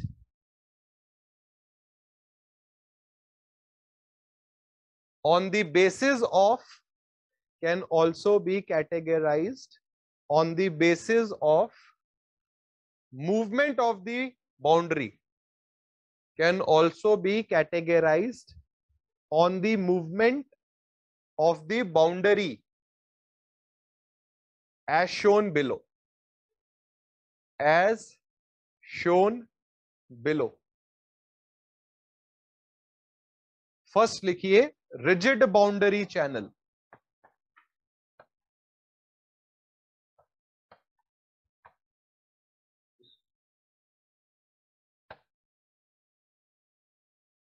rigid boundary channel. कितने बच्चों ने कैनाल देखी है अपनी लाइफ में? भाई हाथ उठाएं जरा। नहर, नहर या सबने देखे, हम बाइक वाइक चलाओ, गाड़ी चलाओ, रास्ते में नहर दिख जाती है। इसमें एक बड़ा अच्छा भी क्वेश्चन आएगा, और ये यूकेपीएससी एई का क्वेश्चन भी था, कि degree of freedom rigid boundary channel की कितनी होती। ठीक है, इसको हम समझेंगे। और मैं फिर से बोल रहा हूं बच्चे, कुछ क्वेश्चंस ऐसे हैं जो बहुत सिंपल हैं। आप अभी एग्जाम अपना उठाएंगे, यूकेपीएससी कोई पुराना पेपर देखेंगे, आप बोलेंगे अरे ये क्वेश्चन मैं आराम से कर लूंगा। बट कुछ क्वेश्चंस ऐसे होते हैं जिनकी आपको पहले से प्रैक्टिस करनी पड़ती। अगर मान लीजिए इस वक्त एकदम से एग्जाम स्टार्ट हो जाए आपका यूकेपीएससी का, और क्वेश्चन आ जाए कि रिजिड बाउंड्री चैनल की डिग्री ऑफ फ्रीडम बताइए, कोई बच्चा बता सकता है कितनी है? 1 होती है। अब क्यों होती है, डिग्री ऑफ फ्रीडम क्या है, इस सब के लिए आपको जरूरत पड़ती है। तो यही ये जो बैच आपका बना है, इसका पर्पस ही है आपको बाकी बच्चों से बेहतर बनाना। आप यहां पर आए हैं, इसका मेन रीजन ये है कि आपको ऐसी नॉलेज मिले जो इंपॉर्टेंट और आपके पास नहीं है। जो नॉलेज आपको ऑलरेडी आपके पास है, या जो नॉलेज आपको बुक से मिल सकती थी, उसी के लिए यहां पर आने का कोई मतलब नहीं बनता।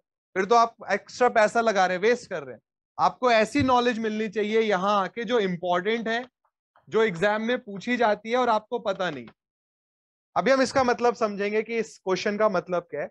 सबसे पहले रिजिड बाउंड्री चैनल में क्या होता है, जब पानी मूव करता है ओपन चैनल में, तो बाउंड्री मूव नहीं करती।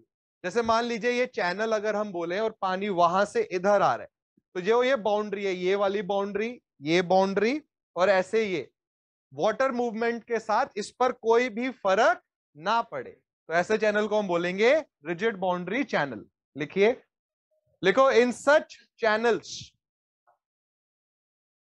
in such channels the boundary does not move. In such channels the boundary does not move during the flow. Boundary does not move during the flow, full stop. तो बच्चे, अगर आपने canal को concrete से lining कर दिया, lining of concrete एक term बोली जाती है। लाइनिंग का मतलब होता है कैनाल में आपने कंक्रीट बिछा दिया, कंक्रीट की लेयर बिछा दी। तो अगर एक ओपन चैनल में आपने लाइनिंग ऑफ कंक्रीट कर दी है, तो बाउंड्री मूव नहीं करेगी, और ऐसे चैनल को हम बोलेंगे रिजिड बाउंड्री चैनल। लिखो, लिखो, lining of concrete,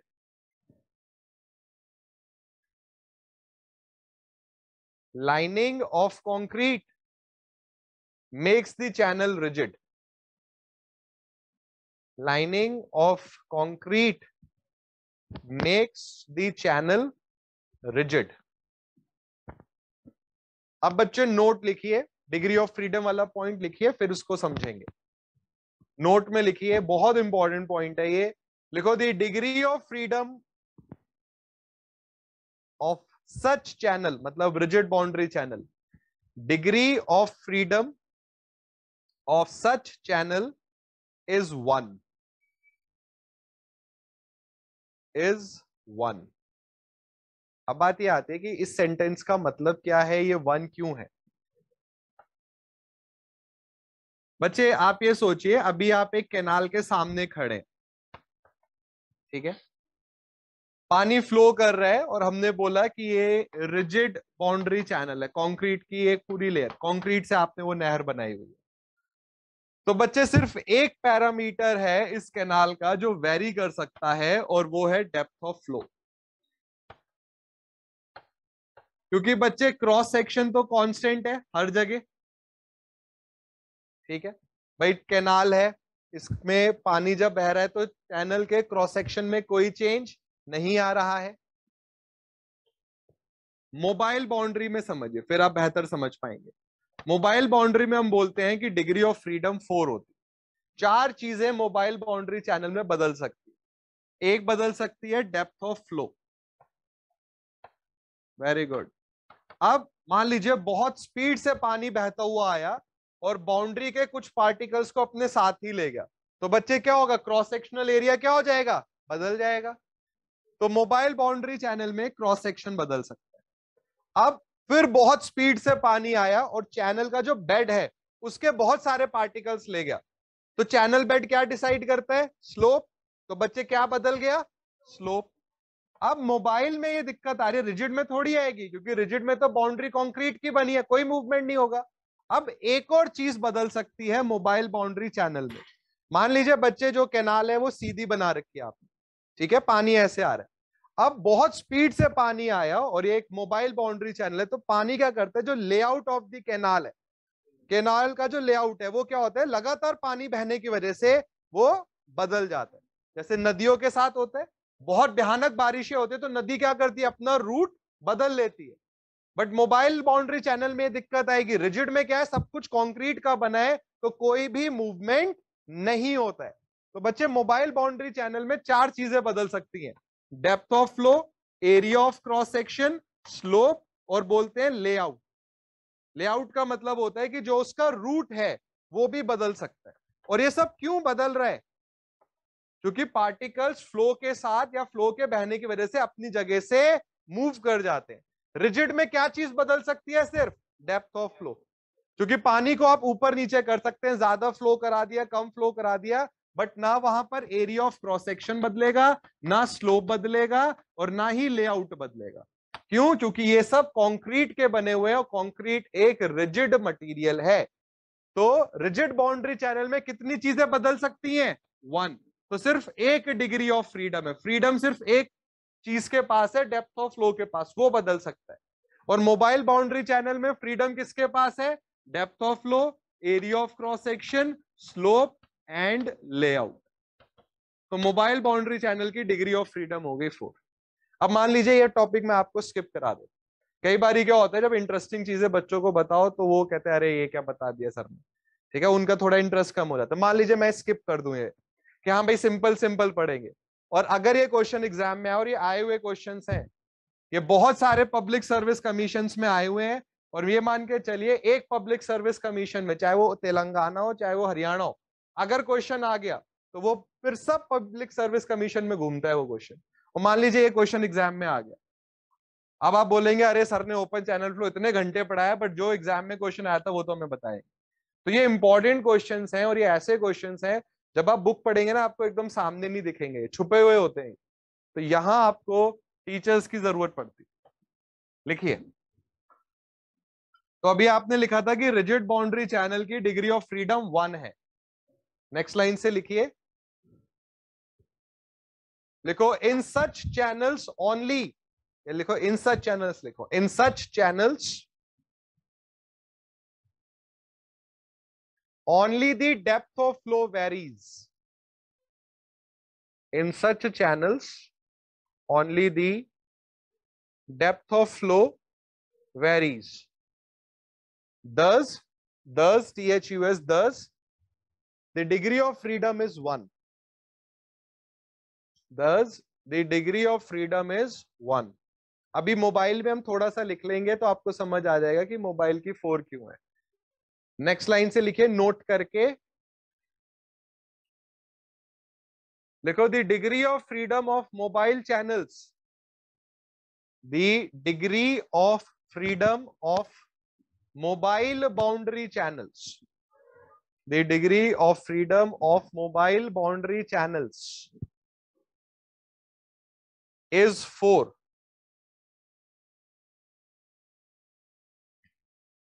Is 4 because the degree of freedom of mobile boundary channels is 4 because in such channels, because in such channels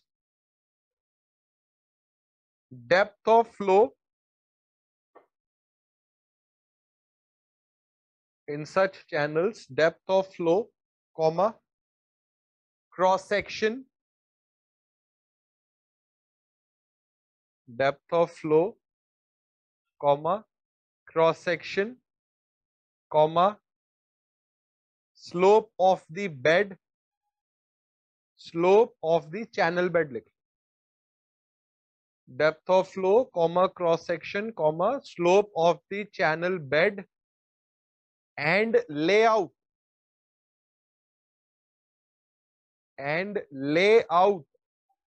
of the channel vary, VARY, full stop.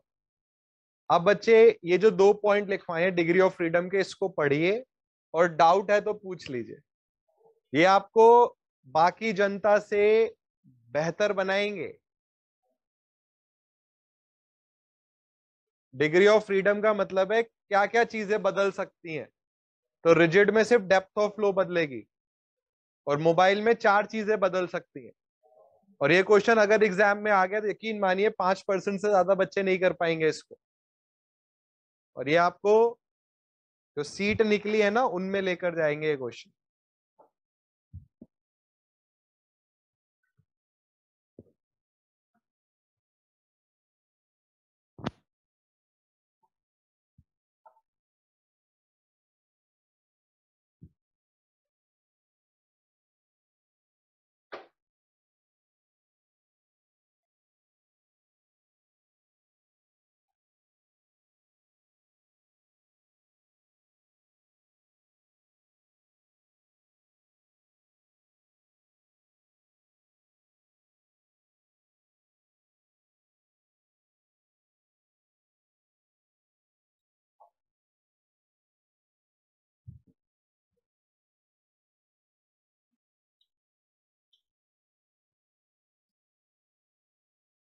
बच्चों कोई भी doubt है तो बिल्कुल आप पूछ सकते हैं। लेआउट का मतलब है वो रूट जिसपे कैनाल या कोई भी ओपन चैनल फ्लो कर रहा है। जैसे अगर हम प्लान देखें तो जैसे पानी ऐसे ये बहता हुआ जा रहा है इस तरीके से, ठीक है, तो ये लेआउट है, पानी इस तरीके से जा रहा है बहता। रूट, ROUT, यही तो मैंने बोला ना। लेआउट, वो लेआउट क्या है, वो बेहतर टेक्निकल टर्म है। रूट आप बोल सकते हैं। मोबाइल में क्या होता है, रूट बदल जाता है। कैनाल का कभी रूट बदलते हुए नहीं सुना होगा, बट रिवर्स का कितनी बारी बदल जाता है। जब भयानक बारिशें होती हैं तो रिवर अपने रूट बदल देती है, जिसकी वजह से ज्यादा त्रासदी होती, ठीक है। और उत्तराखंड में तो वैसे ही आपको पता है कि ये सब चीजें रहती हैं, ज्यादा बारिशें बहुत होती। अब 2013 के उत्तराखंड फ्लड के बारे में आपने जरूर सुना होगा, आप उत्तराखंड के हैं। कोई बता सकता है कि रीजन क्या था मेन, जो केदारनाथ में इतनी भीषण बाढ़ आई थी? क्लाउड बस्ट की वजह से क्या हुआ था? एक वहां पर मतलब एक, हाँ यस, एक झील बनी हुई थी बहुत पहले से ही, वो टूटी थी और उस वजह से बाढ़ आई थी। और बच्चे 100 फीट की लहरें आई थी साथ में। देखिए क्या है कि आप उत्तराखंड से हैं और सिविल इंजीनियरिंग का ये एक बहुत इंपॉर्टेंट केस स्टडी है उत्तराखंड फ्लड्स, तो इसके बारे में आपको जरूर पढ़ना चाहिए। डिस्कवरी चैनल पर एक बहुत अच्छी डॉक्यूमेंट्री भी दे रखी है इस पे, और जो टर्म्स यूज होंगी वो एक सिविल इंजीनियर बहुत आराम से समझ सकता है। ये चीज मैं आपके साथ इसलिए शेयर कर रहा हूं कि ऐसी चीजें, ये जो एक्सपीरियंस है, देखिए अभी आपको यहाँ थ्योरेटिकल नॉलेज मिल रही है, थोड़ी सी अगर आप इसमें प्रैक्टिकल नॉलेज मिला लें तो बहुत अच्छा कॉम्बिनेशन है। हमारी कंट्री में क्या है, मोस्टली बच्चों की थ्योरेटिकल नॉलेज बहुत अच्छी है बट वो प्रैक्टिकल नॉलेज में थोड़े वीक है। तो 2013 की उत्तराखंड फ्लड के बारे में जरूर पढ़िए। एक आर्टिफिशियल झील मिली बनी, वो झील जब टूटी, अब क्या था, वो झील बहुत टाइम से बन रही थी तो उसमें बहुत दूषित पानी था। तो जब वो झील टूटी और वो जो बारिश का पानी आ रहा था उसके साथ मिली तो भयानक स्मेल भी प्रोड्यूस हुई। तो जो लोग वहां डूब रहे थे या जो सर्वाइवर्स थे, उन्होंने जब बताया बाद में जाके, क्योंकि बाद में जाती है ना टीम की भाई रीजन क्या था, उन्होंने बताया कि जो पानी था उसमें बहुत बदबू थी। तो फिर यहां से क्लू मिला, जो टीम आई थी, इवन टीम यहीं से गई थी, एक कौन सा है, वाधवा है, वाडिया, यहीं से एक टीम गई थी इनका भी, मैं देख भी रहा था, यहाँ पे एक प्रोफेसर है वही गए थे। तो उस स्मेल के थ्रू उन्हें पता चला कि स्मेल का मतलब है पानी रुका हुआ था बहुत टाइम से। भाई रुके हुए पानी में ही स्मेल आती है, बहते हुए पानी में कभी नहीं आती। रुका हुआ पानी मतलब झील। तो वहां से उनको आया कि हाँ, फिर वो और ऊपर गए, उन्होंने देखा अच्छा झील बनी थी। और फिर ये झील के कोलैप्स होने की वजह से एक तो पानी, वैसी बारिश हो रही थी, झील का पानी मतलब कई टन लीटर में आया, और इस वजह से लहरें 100 फीट ऊपर तक पहुंच गई थी। सोचिए 100 फीट ऊपर, ये पूरी बिल्डिंग से भी ऊपर 100 फीट की लहरें। तो ये सिर्फ ऐसा नहीं है कि एक त्रासदी है, एक सिविल इंजीनियर के लिए बहुत अच्छी केस स्टडी है कि क्या किया जाए कि दोबारा ऐसी चीजें ना हो। तो अगर आप अपनी पढ़ाई में थोड़े इन चीजों को ऐड करेंगे ना, एक तो आपको पढ़ने में मजा आएगा। मजबूरी के तौर पे पढ़ेंगे कि नहीं क्लास में जाना है, 4 घंटे बैठना है, फिर वापस आना है, तो कभी रैंक नहीं आएगी आप। बट एक इंटरेस्ट के तौर पे आएंगे कि हाँ आज मुझे कुछ नया सीखने को मिलेगा, तो बहुत सारी चीज आप हर दिन सीख सकते हैं। जैसे एक बहुत सिंपल सा क्वेश्चन मैं आपसे पूछता हूँ, बहुत सिंपल। बच्चे, आपने एक टर्म सुनी होगी बकलिंग, कॉलम में बकलिंग होती है ना बच्चों।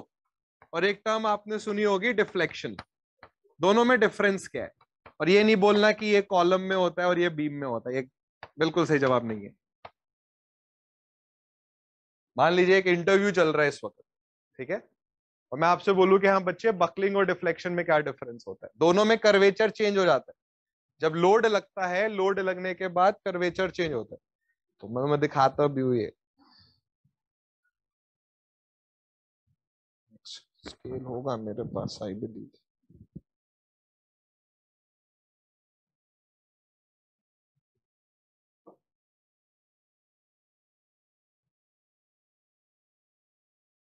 कोई चीज ढूंढो ना, तब नहीं मिलेगी। तो तुम लोग इतनी देर सोचो, बकलिंग और डिफ्लेक्शन में क्या डिफरेंस है? अब ये तो आप बोल ही नहीं सकते कि सब पहली बार ही सुन रहे हैं। बताओ।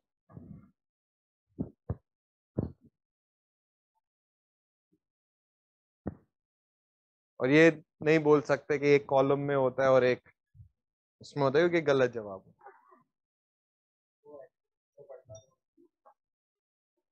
हम्म। हाँ, तो वो तो आपने वो कॉलम की वो डेफिनेशन बता दी ना। जैसे मान लो ये कॉलम है, ये डिफ्लेक्शन ओ बकलिंग है, और इसको आप डिफ्लेक्शन बोल रहे हो। दोनों में क्या हो रहा है? कर्वेचर बदल रहा है। तो डिफरेंस क्या है? एक्सियल और ट्रांसवर्स वाला भी आपने एक तरीके से क्या करा, बीम और कॉलम की डेफिनेशन बता दी। कॉलम क्या होता है? एक्सियल लोड में होता है, और बीम ट्रांसवर्स लोड में होती है। अगेन, ये मैं आपको बस ये बता रहा हूं कि आपको किस लेवल पर पढ़ाई करनी चाहिए और हमें किस लेवल पर अभी जाना पड़ेगा। देखो क्या होता है, अब इसका आंसर सुनो, आप कभी नहीं भूलोगे। ये आपने लोड लगाया, ये बकलिंग है, और ये आपने लोड लगाया, ये डिफ्लेक्शन है। डिफ्लेक्शन हमेशा लोड की डायरेक्शन में होता है। जिस डायरेक्शन में लोड है उसी डायरेक्शन में डिफ्लेक्शन होगा।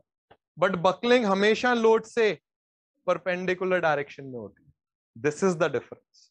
अगर आपने ये आंसर कहीं बोल दिया तो आपको फुल मार्क्स मिलेंगे और आप बाकी जनता से बहुत आगे निकलेंगे। आगे जाके जब आप अच्छे क्वेश्चंस करेंगे, कंसेप्चुअल क्वेश्चंस करेंगे, तो वहां पर ये कंसेप्ट बहुत काम आते हैं। जैसे आपसे एक मैं बड़ा सिंपल क्वेश्चन पूछता हूँ, सॉइल, सॉइल सुना है? सॉइल आइसोट्रॉपिक है या एनिसोट्रॉपिक है?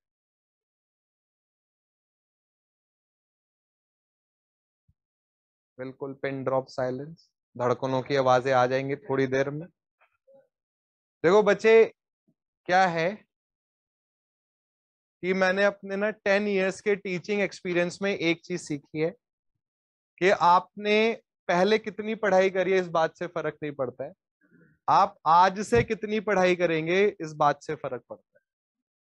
अकॉर्डिंग टू मी, सबसे यूजलेस वर्ड इज कल। चाहे जो बीत गया या जो आने वाला है। अगर आप बीते हुए कल में रहोगे ना बच्चे, तो डिप्रेशन का शिकार रहेंगे कि पहले कितना बढ़िया टाइम था, पहले हम स्कूल में थे, कोई चिंता नहीं थी, एक डिप्रेशन रहता है। और अगर आप आने वाले कल में रहेंगे तो आप एंजाइटी में रहेंगे। एंजाइटी कि अब मेरा एग्जाम की तैयारी नहीं है, कैसे होगी, क्या होगा, अगर सिलेक्शन नहीं हुआ तो क्या होगा, फिर मेरे पास क्या क्या ऑप्शंस बचेंगे। तो ये दोनों ही जो कल हैं ये आपको किसी भी तरीके का फायदा नहीं देंगे। जो ओनली चीज आपको फायदा दे सकती है वो आज है। अब देखिए ये हर इंसान को पता है, मैंने कोई आपको ऐसा ब्रह्मांड का कोई सुपर ज्ञान नहीं दिया, ये सबको पता होता है कि हाँ भाई हमें पुराने में नहीं रहना है। हजारों आपने कोट्स में पढ़ा होगा, हमें आगे वाले टाइम में नहीं जीना है, हमें आज वाले टाइम में जीना है। बट आज वाले टाइम में जीते कैसे हैं? इसके लिए आपको क्या करना होगा, अपने आप को बिजी रखना होगा। जितना आप खाली रहेंगे ये विचार उतने ज्यादा आपके दिमाग में आएंगे। बिजी एक स्टूडेंट, आप एक स्टूडेंट है, आपके लिए बिजी रहने के लिए सिर्फ एक चीज बचती है कि आप स्टडीज करें, आप पढ़ाई करें। आप ये सोच के अपने दिन की शुरुआत करें कि आज आप क्या नया सीख सकते हैं। अगर आप ये मेंटेलिटी अपनी थोड़ी सी बदल दें, मैं आपको गारंटी दे रहा हूं यूकेपीएससी के टॉपर्स में आप होंगे। और फिर से मैं बोल रहा हूं, ये मत सोचिएगा कि बहुत आसान पेपर है, बस हमने बैठ गए और हमारा सिलेक्शन हो जाएगा, ऐसा बिल्कुल नहीं है। एक टीचर उतना ही इंपॉर्टेंट है एक इंसान के लिए जितना एक डॉक्टर होता है। सोचिए एक पेशेंट डॉक्टर के पास जाए, डॉक्टर को ये पता चल जाए कि पेशेंट की हालत बहुत नाजुक है और वो उससे छुपा के रखे, ठीक है, और अनफॉर्चुनेटली पेशेंट की डेथ हो जाए, तो कौन गलत है यहाँ पर? डॉक्टर। उन्हें बताना चाहिए था पेशेंट को कि आपकी बहुत हालत खराब है, आप बहुत अभी आपको दवाइयां खानी पड़ेंगी, आपको प्रिकॉशंस लेने पड़ेंगे, आपको एक्सरसाइज करनी पड़ेगी। उसी तरीके से टीचर है, एक स्टूडेंट टीचर के पास आता है और टीचर को पता चल जाता है कि ये बच्चा अभी टेक्निकली फिट नहीं है, और वो उसको ना बताए, वो उससे छुपाए कि नहीं है, इसको मैं ना कंफर्ट में रखूंगा।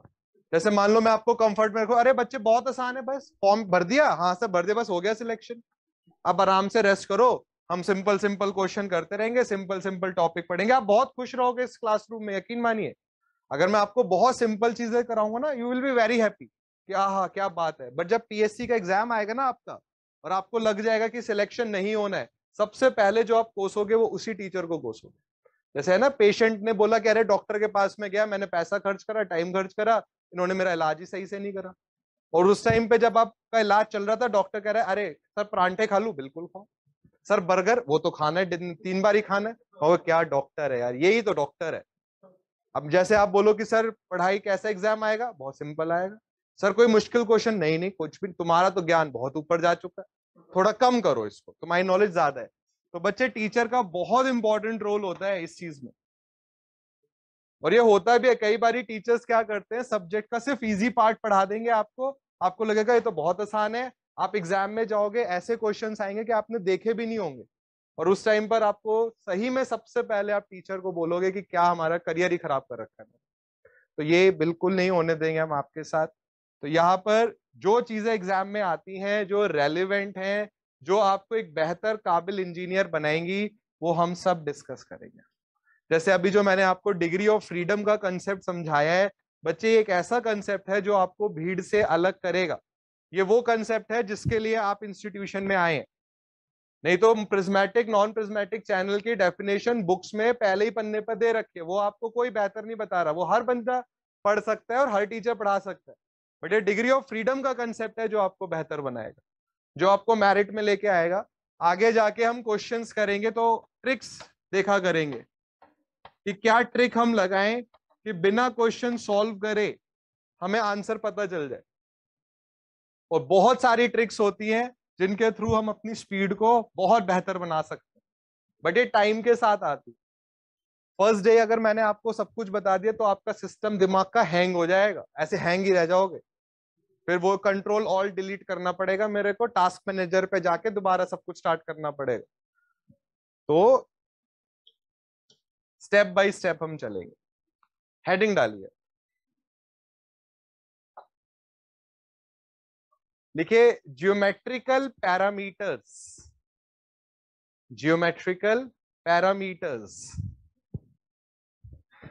Geometrical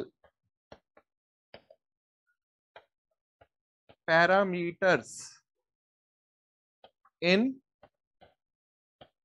open channel flow.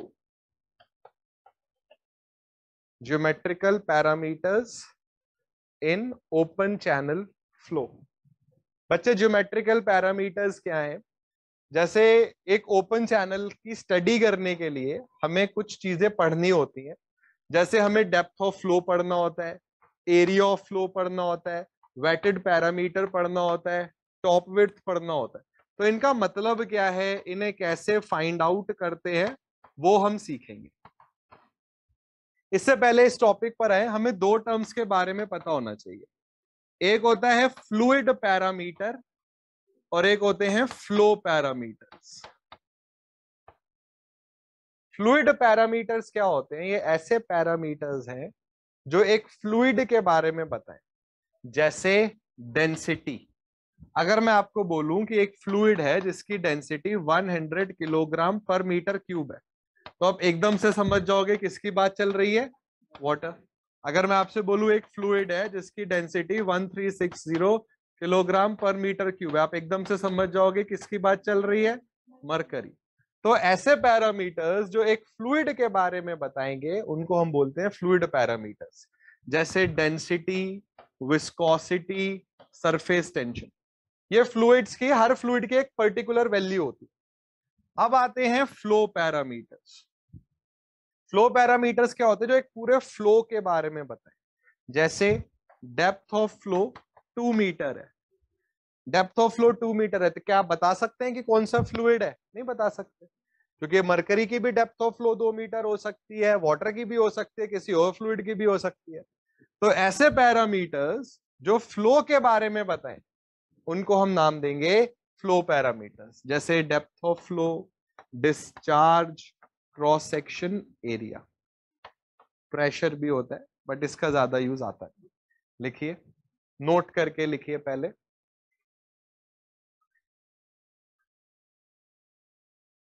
लिखिए फ्लो पैरामीटर्स, एक हेडिंग डालिए फ्लो पैरामीटर्स, इसमें लिखिए,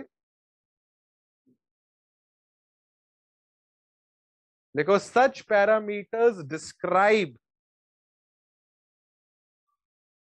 such parameters describe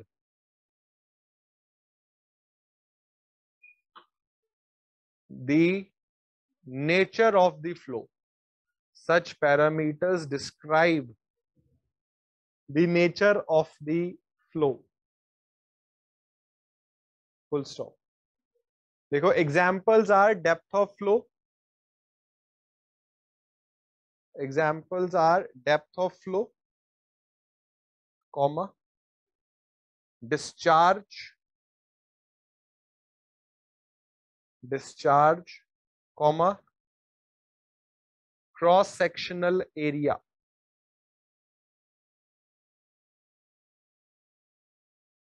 अब नेक्स्ट लाइन से लिखिए fluid parameters.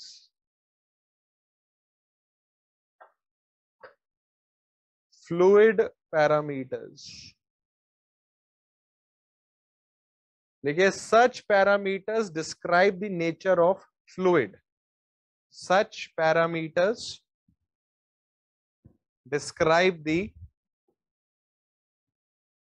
Nature of fluid. देखिए examples are density, comma, viscosity, density, viscosity, बहुत सारे हैं, हमने 2-3 ही लिख रहे हैं, कॉमा, सरफेस टेंशन।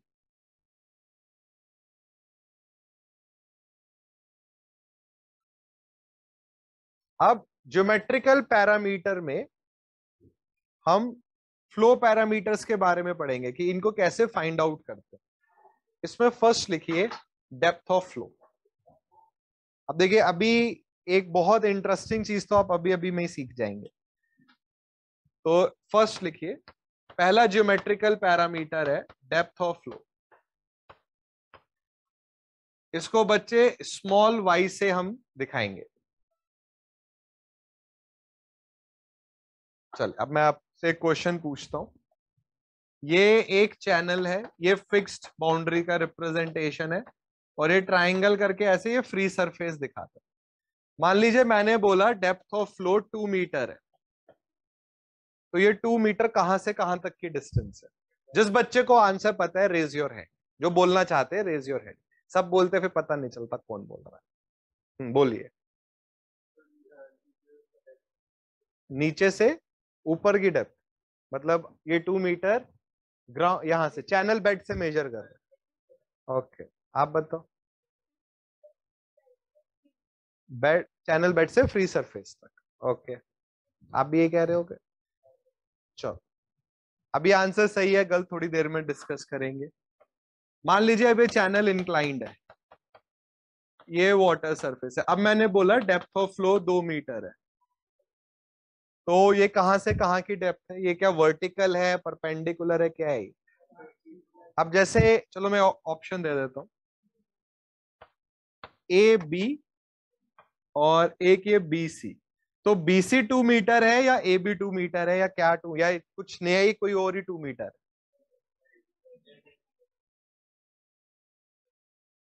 गुड बच्चे, डेप्थ ऑफ फ्लो की अब देखिए एग्जैक्ट डेफिनेशन समझिए क्या होता है।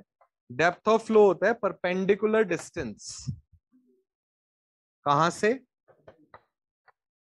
Good, from the free surface. Free surface से ये होता है to the channel bed, channel bed तक। अब बहुत सारे बच्चे जस्ट उल्टा बताते हैं, वो बोलते हैं चैनल बेड से फ्री सरफेस। चैनल बेड से फ्री सरफेस नहीं है, फ्री सरफेस से चैनल बेड है। जैसे कई बार ही होता है, उन्होंने बोला कि डेप्थ ऑफ फ्लो 1 मीटर है, तो ये हो गया 1 मीटर। अब मान लीजिए टोटल डेप्थ 3 मीटर है, तो अगर आप चैनल बेड से कंसीडर करते तो आपका आंसर गलत आ जाता। तो डेप्थ ऑफ फ्लो क्या होता है? ये परपेंडिकुलर डिस्टेंस है, ये है depth of flow A B, free surface से परपेंडिकुलर डिस्टेंस। तो जब वर्टिकल चैनल होता है, सॉरी जब ये इंक्लाइंड चैनल होगा, तो बच्चे इसको 2 मान लेते हैं, ये 2 नहीं है, 2 ये वाली वैल्यू आएगी। अब ये वो चीजें हैं जो एग्जाम में पूछी जाती हैं। अभी आप देखेंगे कल मैं आपको एक असाइनमेंट दूंगा, यहीं पर हम सॉल्व करेंगे। असाइनमेंट का हम यहाँ पे क्वेश्चन सॉल्व करेंगे और उसी टाइप के करेंगे जैसे आपके एग्जाम्स में आते हैं, और आपको दिख जाएगा ये जो बेसिक क्वेश्चन है ये कितने ज्यादा पूछे जाते हैं। कुछ फॉर्मूले बिल्कुल आपके ऐसे हैं, आप उसमें डेटा पुट करो, विल गेट द आंसर, कोई दिक्कत नहीं आएगी। बट ये बात याद रखिए कि अगर आपको रैंक लानी है तो आपको परसेंटाइल इंप्रूव करना है। परसेंटाइल पता है ना बच्चों, कि आप कितने बच्चों से आगे निकलते। परसेंटाइल आपका 99% आएगा ना, तब आपकी रैंक आएगी कि आप 99% बच्चों से आगे निकले हैं, तब आपको जाकर पब्लिक सर्विस कमीशन मिलेगा। आपके मार्क्स भले ही 50% आए, बट आपका परसेंटाइल ज्यादा आना चाहिए, आपको ज्यादा बच्चों से आगे निकलना है। और ज्यादा बच्चों से आगे निकलना है तो आपको ये बेसिक चीजें पता होनी चाहिए। लिखिए, डेप्थ ऑफ फ्लो में लिखिए, अभी फोटो भी बनाते हैं, पहले लिख लीजिए। लिखो, it is the perpendicular distance of a point, it is the perpendicular distance of a point from the free surface. It is the perpendicular distance of a point from the free surface. Full stop. बच्चे ये figure बना लीजिए, तो ये y है। तो जब channel horizontal है तब तो कोई डाउट नहीं आता है, बट अगर चैनल इंक्लाइंड है तो फिर डाउट आ सकता है।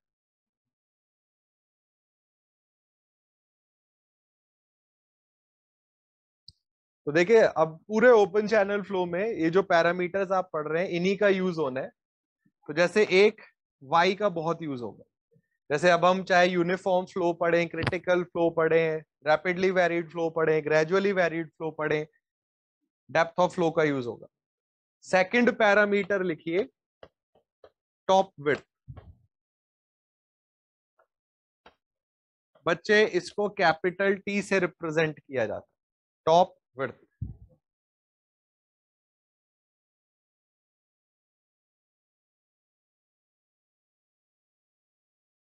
तो बच्चे टॉप विड्थ क्या होता है?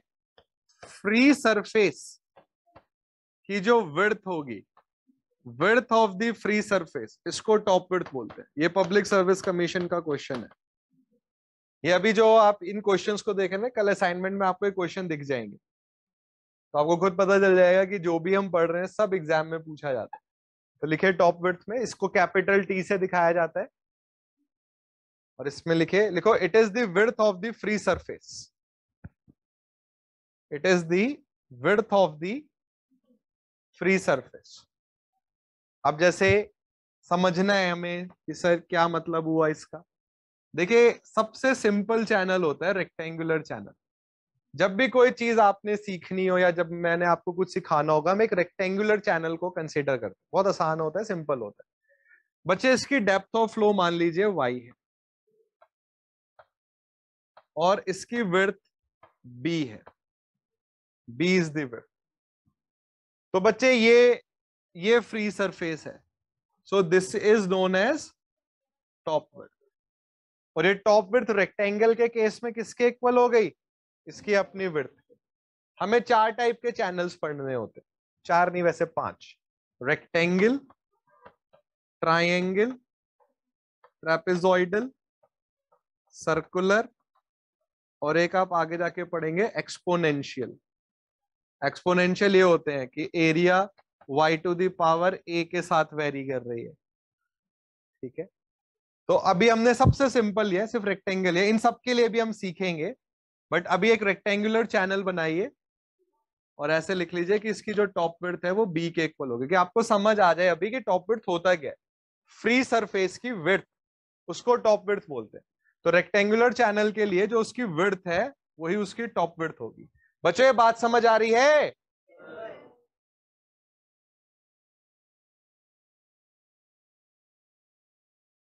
आगे जाके इन सब चैनल्स के लिए भी हम समझेंगे कि टॉप विड्थ क्या है। अभी हम रेक्टेंगल, अभी हम बिल्कुल बेसिक डिस्कशन कर रहे हैं कि हाँ कैसे हमने आगे बढ़ना है। अब थर्ड लिखिए, parameter area of flow, capital A, area of flow. बस ये लास्ट चीज पढ़ेंगे, इसके बाद आज फर्स्ट क्लास है, ज्यादा नहीं घिसा जाएगा। चलो इससे पहले कि एरिया ऑफ फ्लो पढ़े, मैं आपसे एक बहुत सिंपल सा क्वेश्चन पूछता हूँ, ये बिल्कुल आसान क्वेश्चन।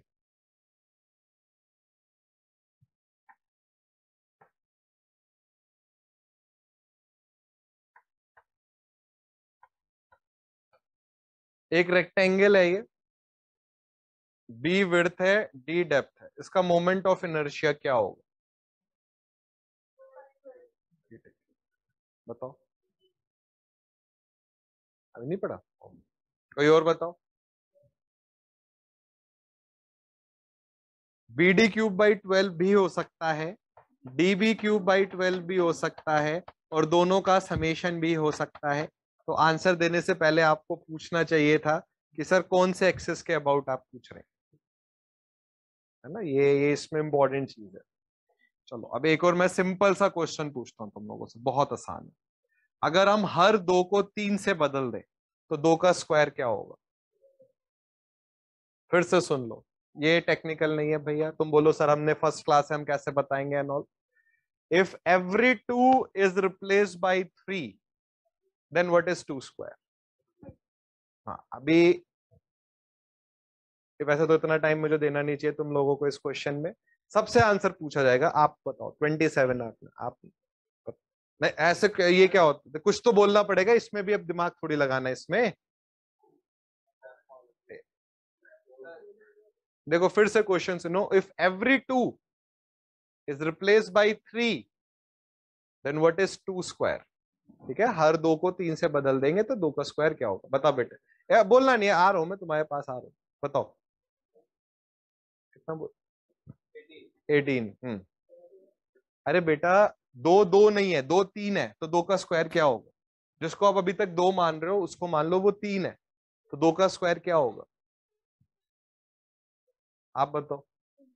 27, 27, 4, 4, 4, 27, 4, 4, 9, 27, अरे कुछ तो बोलो यार, इसमें कुछ ऐसा थोड़ी है टेक्निकल, कुछ तो दिमाग में आ रहा होगा, ब्लैंक आउट नहीं होना है, कुछ तो बोलना पड़ेगा।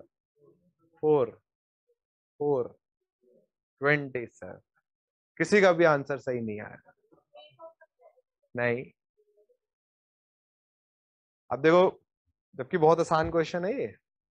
मैंने आपको बोला कि हर 2 को 3 से बदल दीजिए, तो 2 का स्क्वायर बताइए।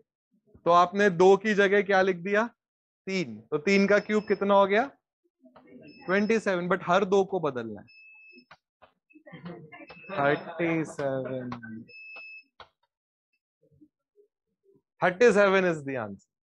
और देखो हम ऐसे ही पढ़ाई करेंगे, मैं बिल्कुल बिलीव नहीं करता हूँ कि 4 घंटे पढ़ा के एकदम खींच दिया बच्चे को कि बेचारा इलोंगेट हो गया है वो। ऐसा नहीं, हम पढ़ाई भी करेंगे, हम प्रैक्टिकल डिस्कशंस भी करेंगे, और बीच बीच में ऐसे इंटरेस्टिंग चीजें भी करेंगे। अच्छे ये माइंड पजल्स होते हैं, अच्छे होते हैं, माइंड आपका शार्प करते हैं। जैसे एक क्वेश्चन मैं पूछता हूँ, जैसे मैंने देखा है कि उत्तराखंड में बच्चों में आर्मी को लेकर बड़ा भयानक जज्बा होता है। तो जब मैं एसएसबी में गया भोपाल, तो मुझसे पूछा गया ये, और मुझे लगता है मेरे रिकमेंडेशन में इस क्वेश्चन का बहुत बड़ा रोल था। और बहुत आसान है, it's not technical at all. आपके सामने एक नदी बह रही है, आपके पास 2 जग है, एक 3 लीटर का है और एक 5 लीटर का है, और आपको एग्जैक्टली 4 लीटर पानी भरना है, तो आप कैसे भरोगे? और ये आधा कर देंगे, पौना कर देंगे, ये सब नहीं कर सकते। क्वेश्चन समझे? नदी बह रही है, सामने से नदी जा रही है, एक 3 लीटर का जग है और एक 5 लीटर का जग है, 4 लीटर पानी भरना है, कैसे भरोगे? एसएसबी में पूछा गया था मुझसे। ऐसे थोड़ी फर्स्ट रैंक आ जाती है, मेहनत करनी पड़ती है। हाँ, एक से, हाँ बोलो। क्या करेंगे?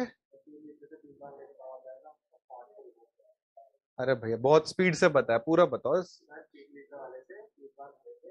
3 बारी कैसे भरेंगे, मतलब मैं समझ नहीं पाया। कोई और नहीं है ना? हाँ, बताओ बच्चों, ये तो नॉन टेक है, इसमें थोड़ी कि सर फॉर्मूला नहीं पता है। बताओ बेटा, आपका नाम क्या है कैप में? अजय, बताओ। अच्छा चलो, सोच रहे हो, ओके। देखो ये चीजें बहुत अच्छी होती है, this makes your mind sharp, और एग्जाम टाइम पर यही बहुत इंपॉर्टेंट है कि जब पब्लिक सर्विस कमीशन का क्वेश्चन आएगा, एकदम मैथ दिमाग में कैलकुलेशन करनी पड़ती है कि किस सब्जेक्ट का क्वेश्चन है, उसमें किस टॉपिक का क्वेश्चन है, कौन सा फॉर्मूला लगेगा। ये आपकी स्पीड इंप्रूव करता है, ये चीज है। वो नहीं कर सकते बेटा, 2.5 1.5 नहीं कर सकते। कैसे पता कि 2.5 भर रहा है? मैंने ये तो बोला कि 2.5 पौना सवा कुछ नहीं है। हम्म, 1 मिनट 1 मिनट, 5 लीटर वाला भरा, और इसको 3 लीटर। अच्छा, भरना है। नहीं नहीं, ये अंदर है, वो बहुत छोटा सा होल है, कैसे डाल देंगे? अरे मैं पिटाई कर दूंगा आपकी बार। मैं बोल रहा हूँ आधा पौना सवा कर ही नहीं सकते।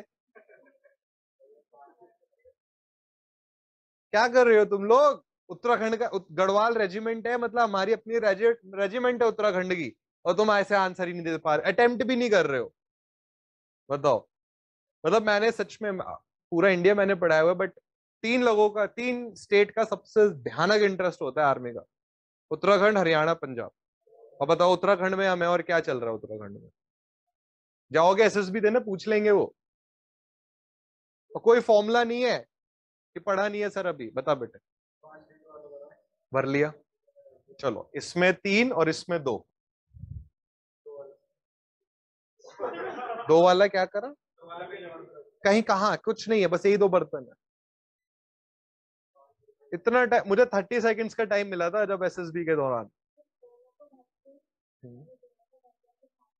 बेटा वही मैं कह रहा हूँ ना, हाफ नहीं कर सकते, आपको नहीं पता, ये अनसिमेट्रिकल जगह है, आपको पता ही नहीं चल रहा है कि हाफ कब हो रहा है, कहाँ हो रहा है।